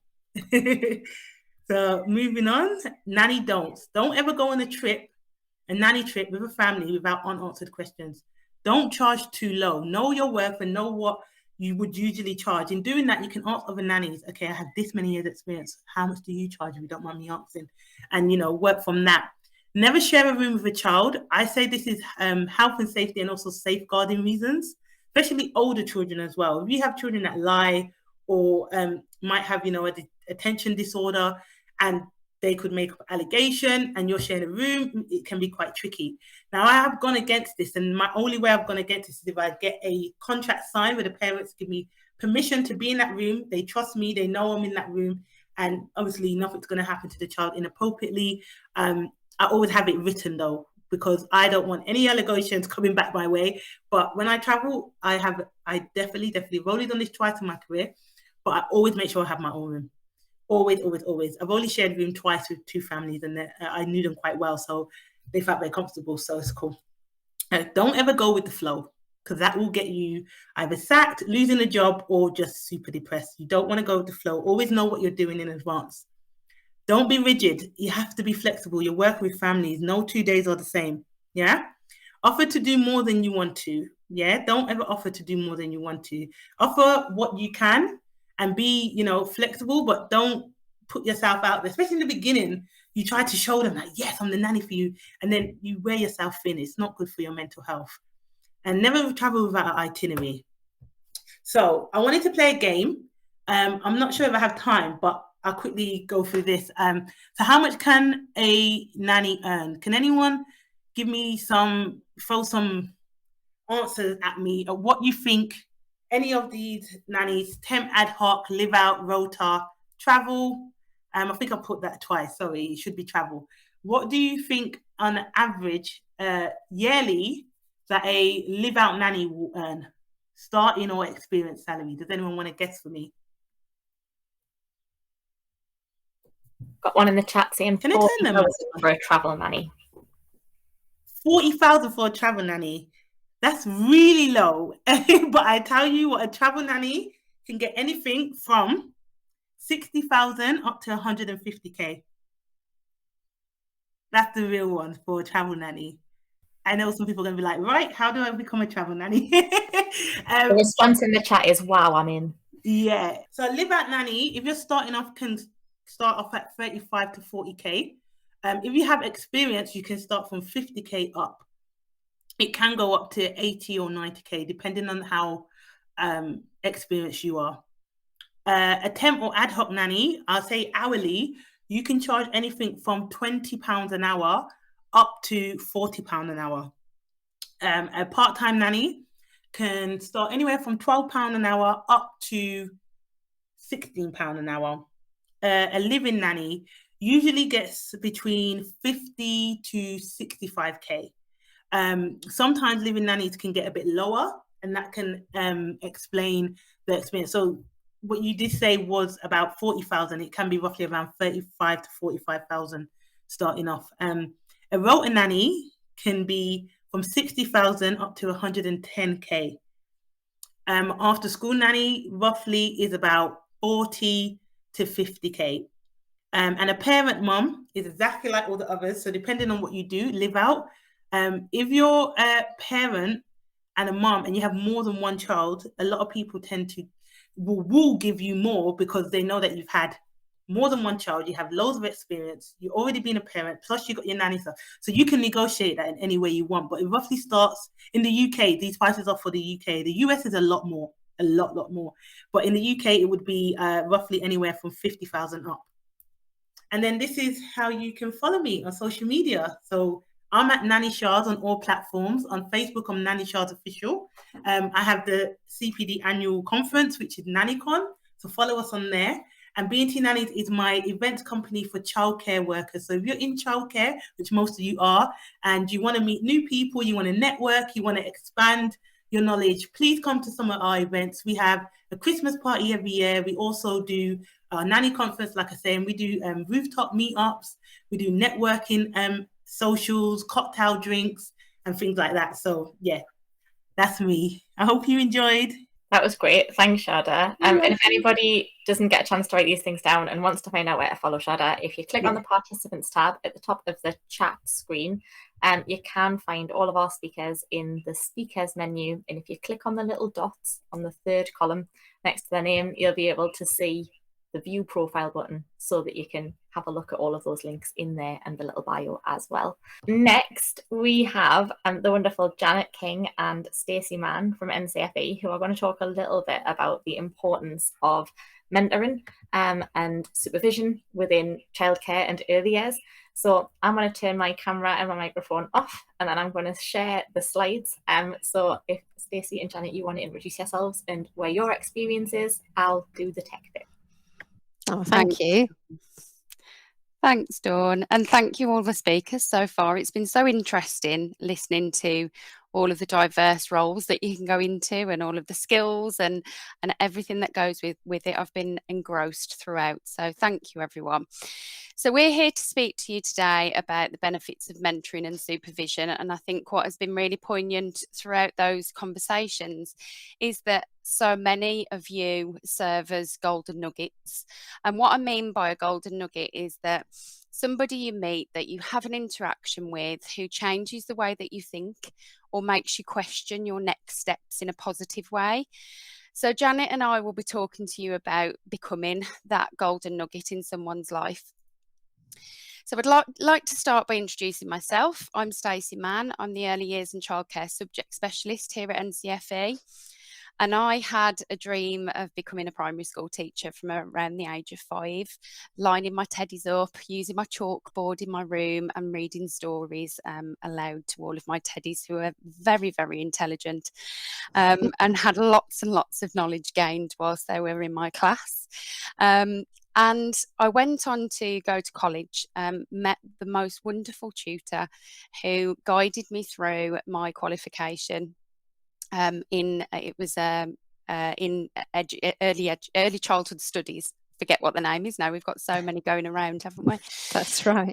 In early childhood studies, and then continued to just keep learning and doing lots of different qualifications, often aligned to what my interest was at the time, what my niche felt like at the time. Very similar to Shada there about finding something that you really enjoy doing. And I found that I really, really enjoyed looking after all of the students that came into our setting when I started working as a nursery nurse and senior nursery nurse. And whilst I was nurturing all of those students, I found a love for that specialist area and really wanted to walk in the footsteps of my previous tutor that I mentioned. And then planned, but also progressed along the way with different qualifications, different CPD that was just coming up that I thought, oh, that looks really interesting. And just really thought about all of the people along the way whilst Janet and I were putting this presentation together, and thinking about the people who had really had that impact.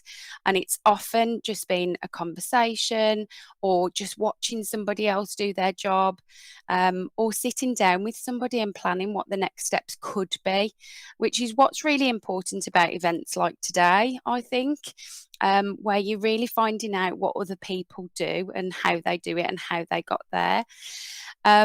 So it's not just me delivering this today, it's also Janet. So I'm going to pass to Janet to talk about your career so far as well, Janet.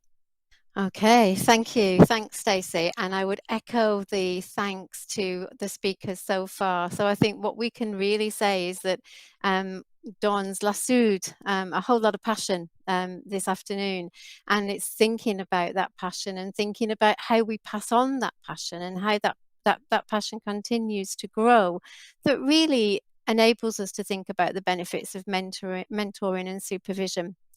But if I think about my career, I've worked with children and young people for over 40 years, and in many guises. So I've worked with children and young people in social services. I've worked in private day nurseries, I've worked in statutory education, but I've also worked, most of my sort of latter career was working in further and higher education.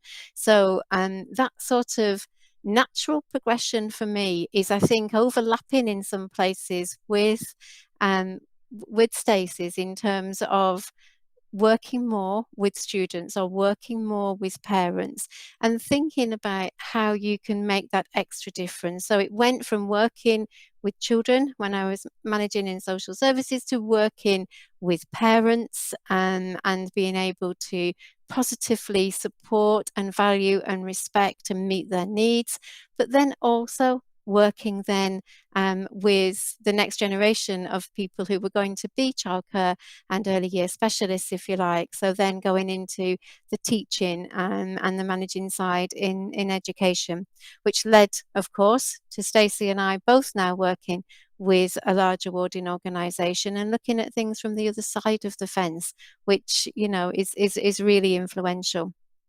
So that's a little bit about me. So I'm going to now talk to you a little bit about what does mentoring mean? And, you know, when you reflect on that, you've got to think about it from almost two perspectives in a way, and we'll keep it to two perspectives. When you first hear that word, you might be, I don't know, you might be in primary school and you might have a learning mentor. You might be in secondary school and you might have a pastoral or learning mentor or both. You might be in your first vocational career or your first occupational role. You might be just starting your first sort of employment. And when you hear mentoring, sometimes it can be, oh, I'm going to be judged again. Oh, I'm going to be told what to do again. And oh, I'm a little bit wary. I'm a little bit cautious. I'm a little bit suspicious.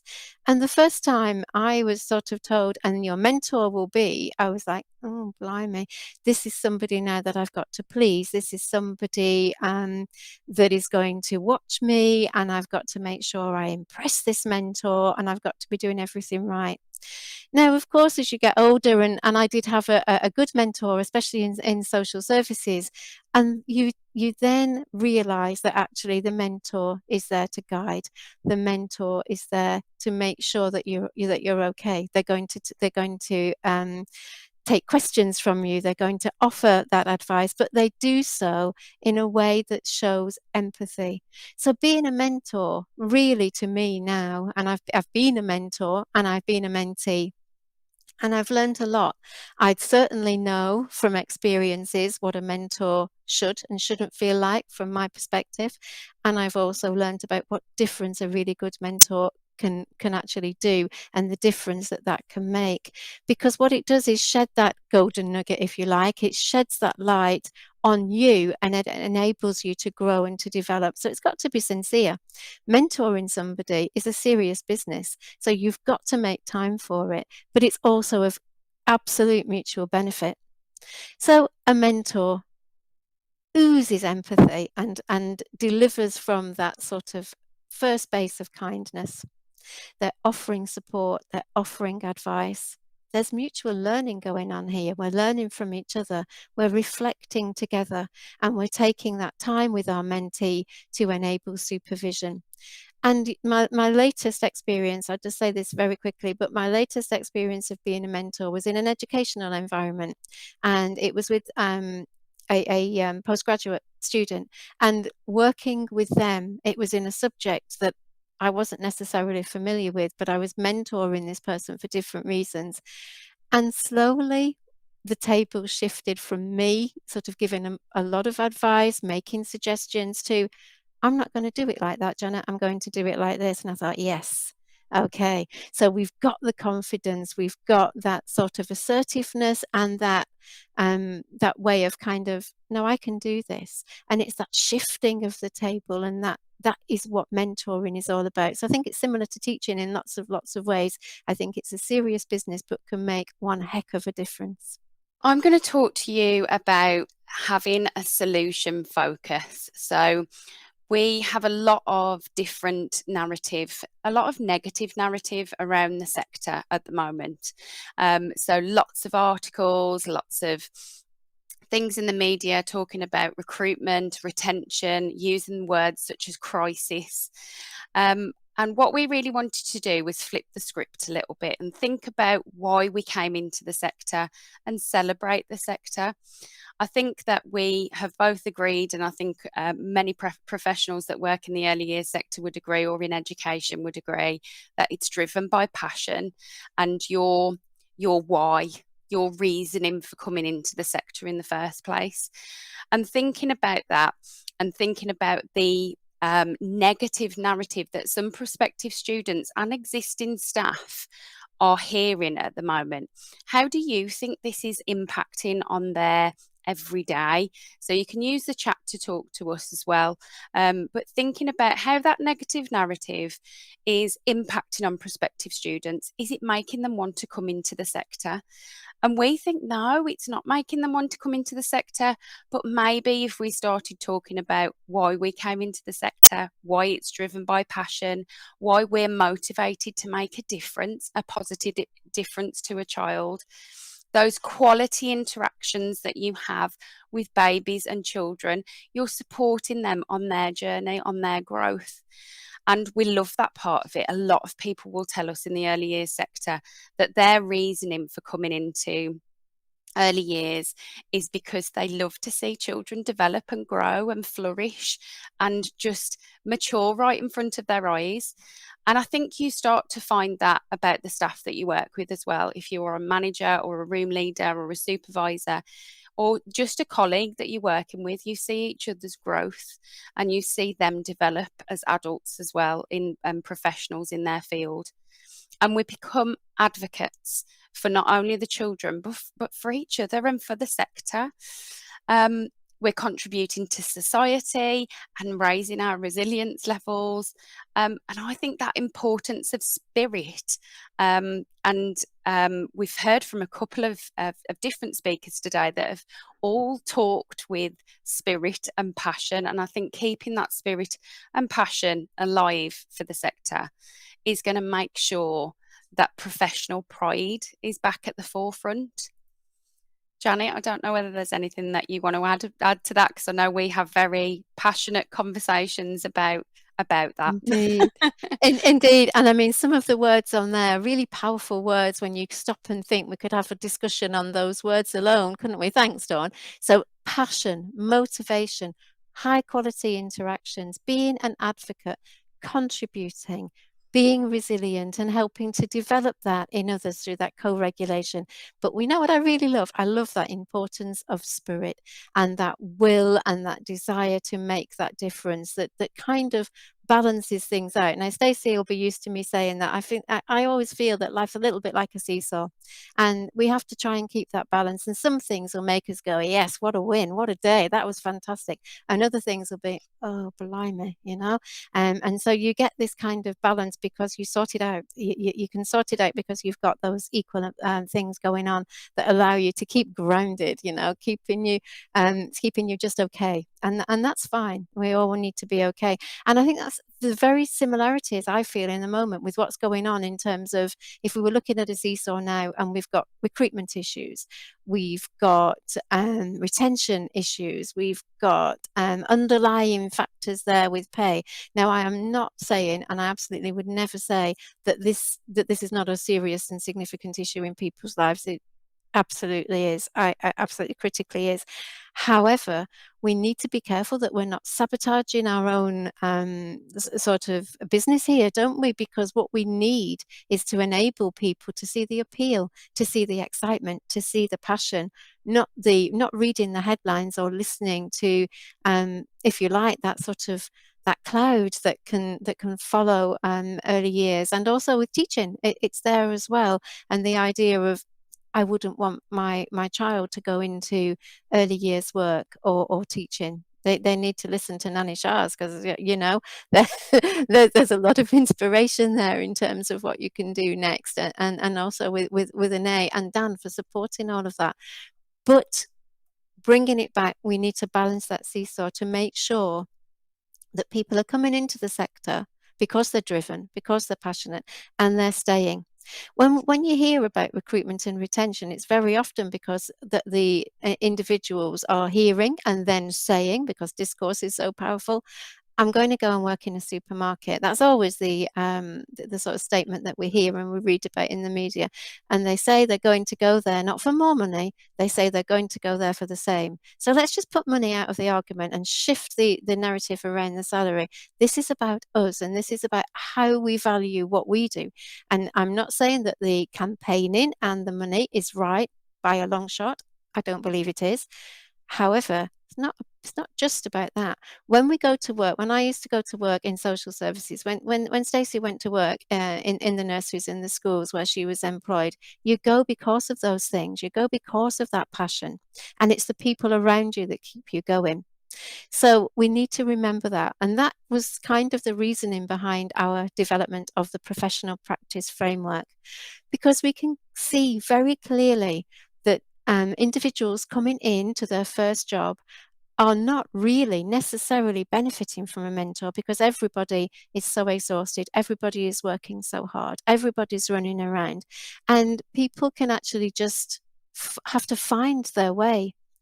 If we had something to help and guide and almost be an e-mentor, then we've got something through this professional practice framework that allows individuals to think about their own career, to think about where they're up to in certain areas, and to try and improve that with also some built-in supervision. And Stacey's going to talk us through how that works.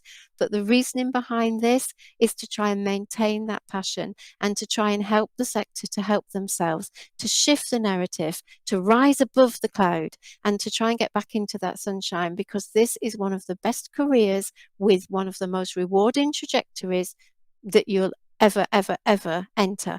And I know that the people that are listening to this will probably all be in agreement with that, because it's a career that either you've chosen or you're thinking about choosing.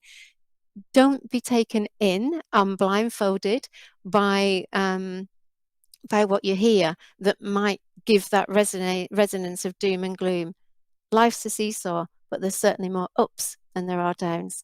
Our professional practice framework looks at the early years educator criteria. So if you've been in the sector for a long time, if you're brand new to the sector, whoever you are in this sector, you can look at that early years educator criteria as a bit of a leveler to be able to look at it and see whether you are red, amber, green. So we look at whether that you feel you have no or limited experience in that area, or you just don't feel like you're very good at it.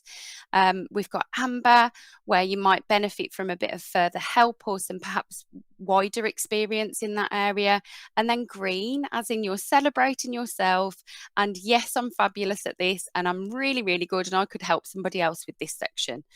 So we've got all of this criteria, and then linked to that are lots and lots of quality content for you to watch, listen or read, and then help you to support your quality of practice. So it's not just about watching the webinar, it's not just about reading the article, it's about the impact that has once you've done that. So we can all go on courses, can't we? We can all collect the certificates and collect all the CPD, but the real importance is how it impacts the children and the families that you are working with and the colleagues around you. And I love that idea that Janet just said about having an e-mentor, because what this professional practice framework also does is supports that role of the mentor. So it supports the supervision. It's got some templates in there. It's got some ideas about how mentoring works, how supervision works within an early years setting, and just gives you some real great starting points. I know that Annie, who is on next, is going to go into a lot of depth about reflection, but reflection really is key around the professional practice framework. So you've watched the webinar, you've listened to the podcast, or you've read the article, and then we're going to reflect. So you're looking at your starting point. So why have you chosen that particular topic? And it might very much be about the early years educator criteria, where you've looked and you've gone red or amber, or it might be that you've put yourself on green, but you still want to keep adding to that knowledge because that's an area of expertise, or it's an area of interest. Just like wellbeing is for me. Wellbeing sort of developed into something that I really wanted to find more about. So I kept doing CPD. So it might be for that reason. So then you educate. So which parts of the CPD has ignited your interests, and give a description of particular aspects that you found useful, interesting and relevant to your role, because you will be buzzing after you've done that, that particular CPD, and then you're going to want to see how you can put that into practice. So then you can enhance. So how is it going to impact on your practice? What changes might you make? You might give some reasons as to why that might be needed and how you could implement that. So we're looking at a bit of an Ofsted framework there, aren't we, with the 3 I's. And then enrich. So how is this going to benefit the children, young people and the families that you work with? And you could give some examples of that. You could share them in the staff meeting. And then engage. How might you use that information that you've gained from the CPD with others in your setting? And that might include your colleagues. It might include the parents. I know I've been on to lots of training and thought, oh, all of my families will really benefit from this. I'm going to really share all of the golden nuggets from that training. And a lot of the CPD that you will find in the professional practice framework is from the next slide, which is our CPD carousel and our education and careers toolkit. And within that toolkit, you can find different information about courses. You can find professional seminars. You'll be able to find people talking about their job roles. There's some lovely little snippets of different roles that you can go into within the early years sector, all really interesting and relevant. And some of the ones that you listen to might be something that you have never even thought that you could do with an early years qualification. And then you have the CPD carousel, which is all about different topics that you might be interested in that you can just click on and, as I said, watch, read or listen. And there's some professional spotlights that will really impact the way you think about your next steps in your journey. So I hope that has given you a lovely overview of the Careers Toolkit and CPD Carousel. And I'm sure Dawn will make sure that you have links to all of those things as well. But I'm going to pass back over to Janet because she has the wonderful words of wisdom. You do. About just closing this off really for your well-being for the whole staff team. And I think it's really important to mention here as well, because we've been talking about mentoring and supervision, that Janet is actually my mentor, and she now takes on that role of looking after me on a daily basis, and really has a massive impact on my professional practice as well. Oh, well, that's very kind, Stacey. I didn't know you were going to say that, so I'll try and keep myself together. That was a lovely thing to say, so thank you. And it's definitely of mutual benefit. When we think of that solution-based focus, it really is important that we are taking mentoring very seriously, but that we're also aware that we need to take care of ourselves in order to do that. And when we're thinking about this in the world of education, in any context, to be honest, but if we're thinking about this in early years education and across that sort of care services, if you like, so important, because and Dawn, we've had this conversation before. We are sincere about putting other people before ourselves, and that is wonderful, but it also means that you can burn out quite easily also. So being mindful of that and remembering just how important it is to look after yourselves, having that solution-based focus, ensuring we're taking care of ourselves, looking after ourselves, preparing, working together, sharing the load, enjoying that collaboration, and not trying to are we taking something off somebody because we feel that's going to help them, or is actually, if we enabled somebody, is that going to support them more? Really thinking about how we do things and making time for sincere mentoring can really make that massive positive difference. So take some time to reflect. Take some time to look after yourselves, busy people, and also make sure that you are able to mentor in order to make sure that the sector continues to thrive through a positive lens. Thanks, Dawn. Thanks, Stace. Thanks, everyone, for listening. Thank you very much, Janet and Stacey. I can see that there has been some chat happening whilst we've been going, and that Annie, who is our next speaker, has said in the chat that I'm sure you'll talk about this when you talk, Annie, but that some of the stuff that Janet and Stacey have talked about impacts on your professional identity and your agency as a professional. I know that, again, this has been really nice because we've had different bits of interaction between the speakers and the things that you've been talking about. So it's been a really lovely thread. So Janet and Stacey did touch on reflection, and that is what Annie's going to talk about. Hello, everyone. How warm is it? Oh, my goodness. I'm an autumn and a winter person, but there we go. Let's start. So I'm here today to talk to you about your perfectly imperfect self, the power of reflection and goal setting. Reflection for me is really important, and it comes from a place from teaching 16 to 18-year-olds who really didn't have a grip of who they were as individuals, and then were expected to know who they were as early years educators. And a lot of the time when I practiced reflective theory with them, or the art of reflection, most of them would say, this is just so boring. Why are we doing it? Or it would be left to the last minute. And so I took it upon myself, if you like, as a bit of a mission to reinvent what reflective practice and reflection is all about. So let me give you a little bit of a background. I started my career in, I don't want to really be honest here, but let's say about 19 something, and was a nursery nurse. And I was a nursery nurse for a huge amount of time, working in nursery, reception.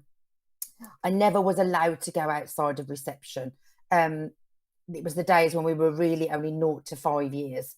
And then the big jump for me was when freedom came and teaching assistants were brought in. And then it was decided that Annie would go from reception all the way to year 6. And that absolutely filled me with dread. However, it did me the world of good. It wasn't in my goal setting. It wasn't in my career plan. But from then I have taught in primary, secondary, FE, HE. Today, I'm an author. I have my little book of reflective practice that's already out there, that all the reflective theory sits and supports early years educators on the T level and foundation degrees.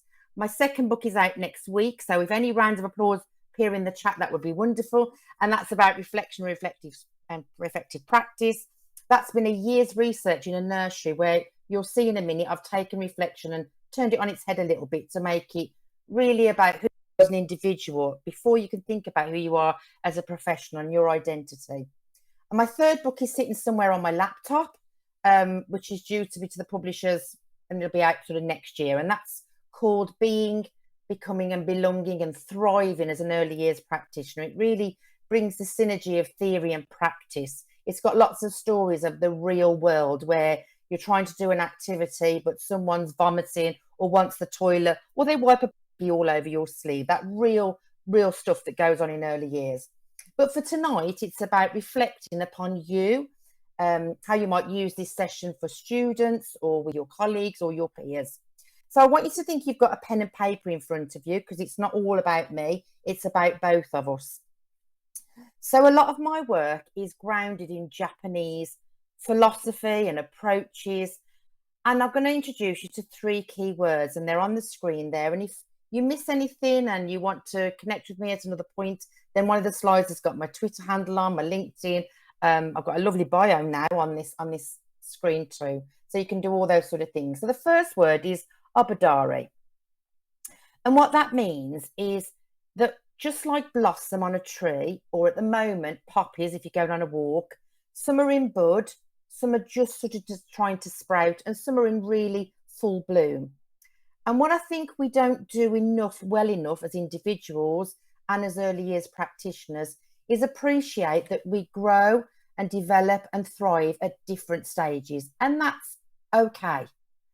And I wonder if that's because we're in a system, an education system, a system, a society, where we're actually valued more by what we measure. So we measure ourselves against outcomes, we measure ourselves against lesson observations, and sometimes we forget that we don't have to be that perfect person all of the time.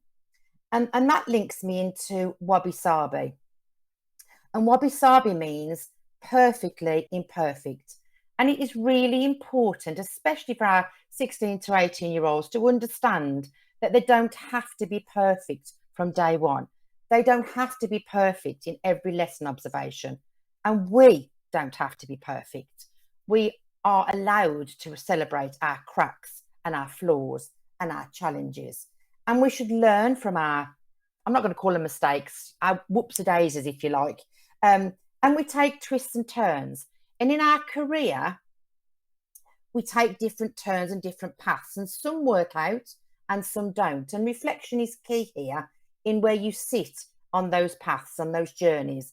And sometimes we can be placed into something like a secret garden. And I felt I was in a secret garden as a nursery nurse. I felt I was plodding along, but no one actually was seeing my professional practice. No one was seeing my obadari, my thriving. And so my career path had to take a change. And that's when I decided to go off to university. But reflection, and the third word is Hansei. And I think it's really important that this means, and what this means to you and your students or your colleagues, is that it's open, it's raw, and it's honest. Reflection has to be all of those things in order for it to have some developmental processes and procedures that you're going to take place moving forward. There's not a quote on that slide, but I thought about this earlier on, and I thought about a quote by Edith Wharton, and I'll put it in the chat afterwards. She talks about that there's two ways of spreading light, and it links a little bit with the previous talk. She says you can be the candle or you can be the mirror. The candle just sits there and it's flickering, it's reflecting a little bit, but we can quickly dim that away. Or we can be the mirror that reflects that light. And you need to do that as a professional, and you certainly need to do it in the profession of early years practice. So how are you going to be that light? How are you going to be that reflective, activist, reflective advocate for the early years practice? So reflection is based upon honesty, and that's Hansei. And on that slide there, and I'll have to read my notes because it's really, really tiny. I like to think of reflection, reflective practice, a little bit as opening the window and letting the sun shine in. And when you let the sun shine in, it puts those shiny bits on your professional practice. And those key tiny bits are the things we should celebrate. And these are really tiny things for our 16 to 18-year-olds. And even some of my degree students, they don't celebrate the tiny, tiny things that they should be reflecting on. But then it's okay also to close the window when things get a bit muddy and a bit challenging for yourselves, and how you're going to make changes, and how you're going to make changes maybe in your career, because that's the focus of this evening. So of course we use our self lens, we use others' lenses, which I'm not going to go into reflective theory tonight because I could talk for hours and hours, but it's about making sense of your reflective experiences and how you sit with yourself and think about the obadari and how you are going to be yourself, and you're going to bloom when you're ready and in the right environment, in the right situation, in the right context. And it's okay to be wabi-sabi, that perfectly imperfect. We don't all want to be Mary Poppins.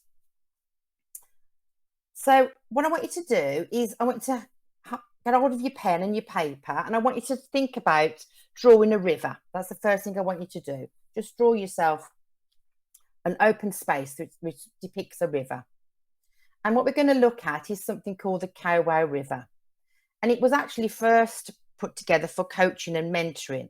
But I think it's an absolutely fantastic tool, especially with our creative early years practitioners, to think about what's in their river, what's in their life flow, what can they reflect upon that will help and support them in their careers or in their academia. But there's some challenges along the way.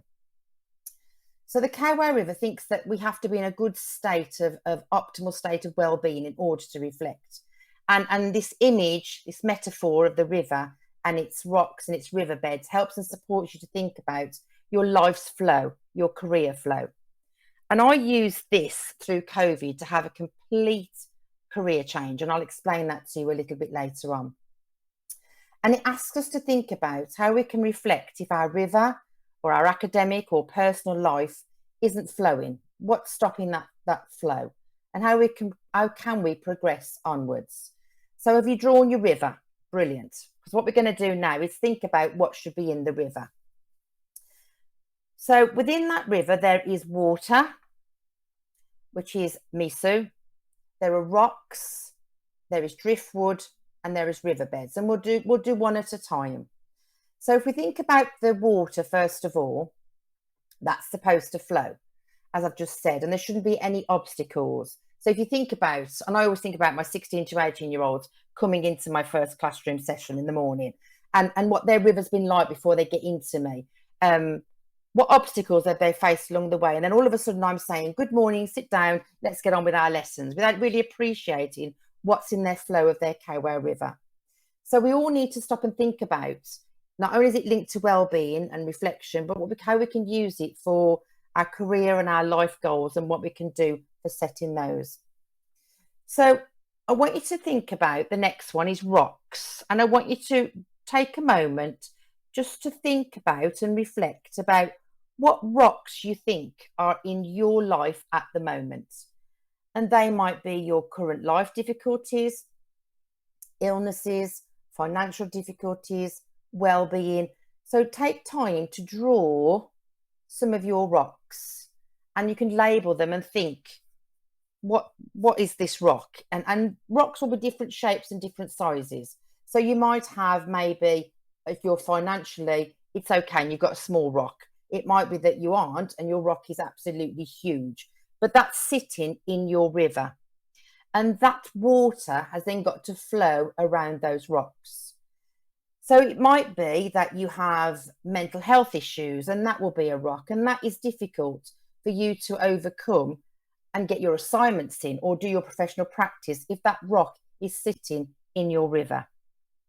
And these are things and metaphors and visual clues for us to consider when we're working with early years practitioners, but also for yourself. And then when you've drawn your rocks, you can think to yourself, how can you change the shape of these rocks? What support might you need?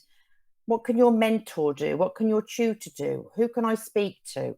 Who can I be signposted to? The next one is driftwood. So driftwood are these pieces of wood that is all about you. So you can draw some of your driftwood and you can think to yourself, what are your personal attributes, your resources, your skills, and your values? So things like maybe your integrity, empathy, creativity, equality. And then you can reflect upon how these current attributes and skills and values support your career. Or you might have a very small piece of driftwood that you think that piece actually needs developing. And how can you do that? What support might you need? And this is also then an obstacle. So from that other slide previously, you can see your river start to become a bit jam-packed.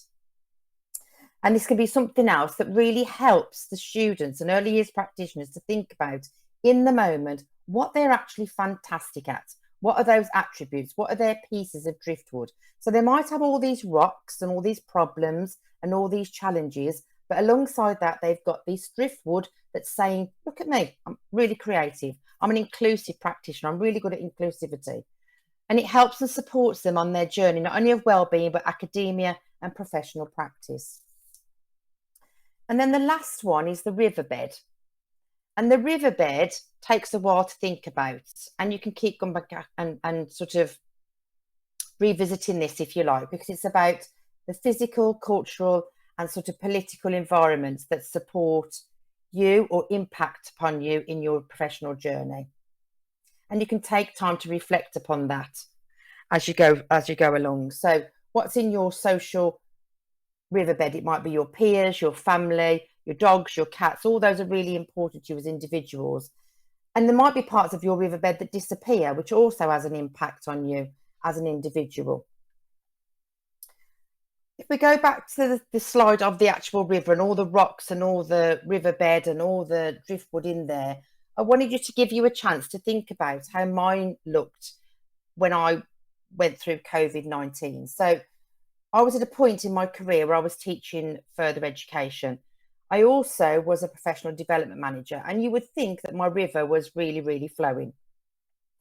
However, when COVID-19 came along, there became this great, big, huge rock. And that was because, going into detail, personally, it really affected me and my family. So that was that huge rock. I was working and I'd got constraints of a timetable, so that became a rock. I had a sense of compliancy to be the individual that I needed to be as an educator, and that became a rock. There was this dual role between being a mum and an educator and a practitioner, and that became a rock. I then looked at my riverbed and realised how much my family was important, my peers and my dogs even, which are really important to me. But there was also negativity in my riverbed, and that came from colleagues who I felt weren't supportive at the time in COVID, if you like. The political agenda became in the riverbed.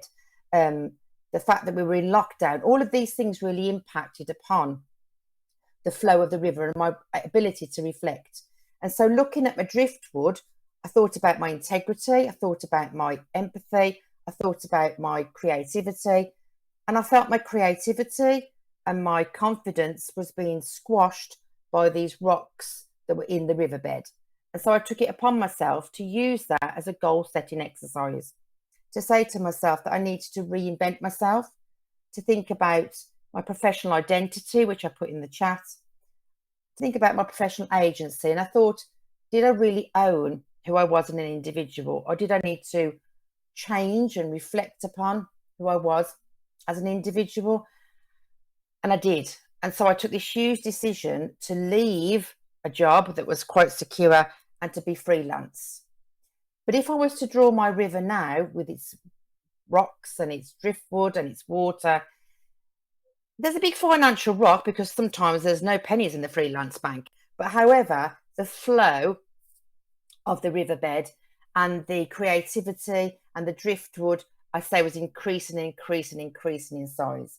So I think it's a really good tool for us to use as our reflections and for our goal setting. And I think it's really good for us to sit with our early years practitioners, our 16 to 18-year-olds, to use it as a real visual metaphor, a real visual reminder really for their reflective journals to think about where they're at that time. So it's a tool you can keep going back to and keep revisiting. So it'd be interesting to see what your own riverbed looks like and what you can do with your own riverbed and your Cowware River to make changes for the future for your professional practice. So I want you to think about how we can use that.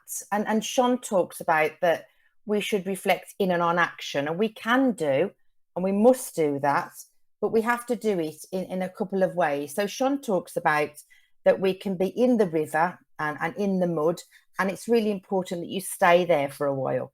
And I don't know whether all of us as educators or our 16 to 18-year-olds stay, as Hansay would say, in the rawness of reflection sometimes. Stay there enough to think about the situation and to change what they want to do with their professional practice, what went wrong in an activity. What we tend to do more reflectively is what Sean would say, is we look on the high ground. So we look down at the river, we look down at the swamp, we look down at the muddy bits rather than staying in that moment and staying in that river, and look at those rocks and look at your driftwood and realign yourself as a professional. Because what we all are agents of change.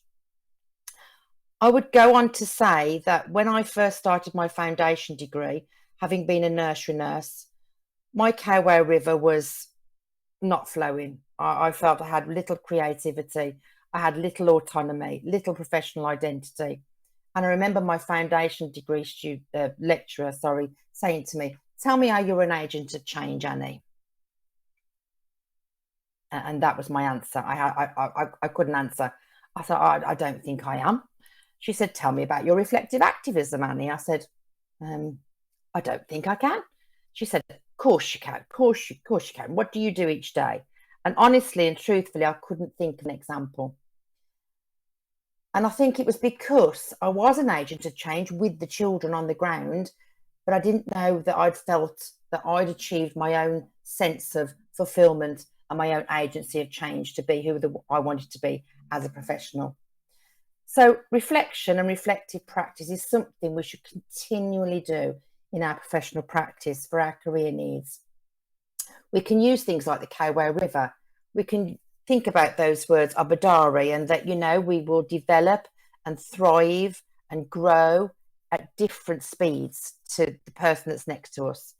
Don't worry about how we're measured all of the time. Don't get consumed with compliancy. Think about being creative. We're great at being curious with our children. We need to be more curious about ourselves. I think with reflection, we are slightly curious, but I don't know whether we use enough of what we call epistemic curiosity enough. We do that brilliant with children. We're saying why all of the time, why, how. We need to then flip that narrative and do it to ourselves. And that comes with confidence, but we also need to be prepared to learn from unfamiliar experiences and go into unfamiliar territory. Look at a range of experiences. As Stacy was saying, all those wonderful sort of CPD things that are available. You know, you might look at some titles and think, oh no, that's not for me. But go in there, as Sean would say, go into that swamp and look at the material and look at how you can use it to move yourself forward. Be open-minded, be wholehearted, and be committed to this dialogue. It's exactly what we're doing today.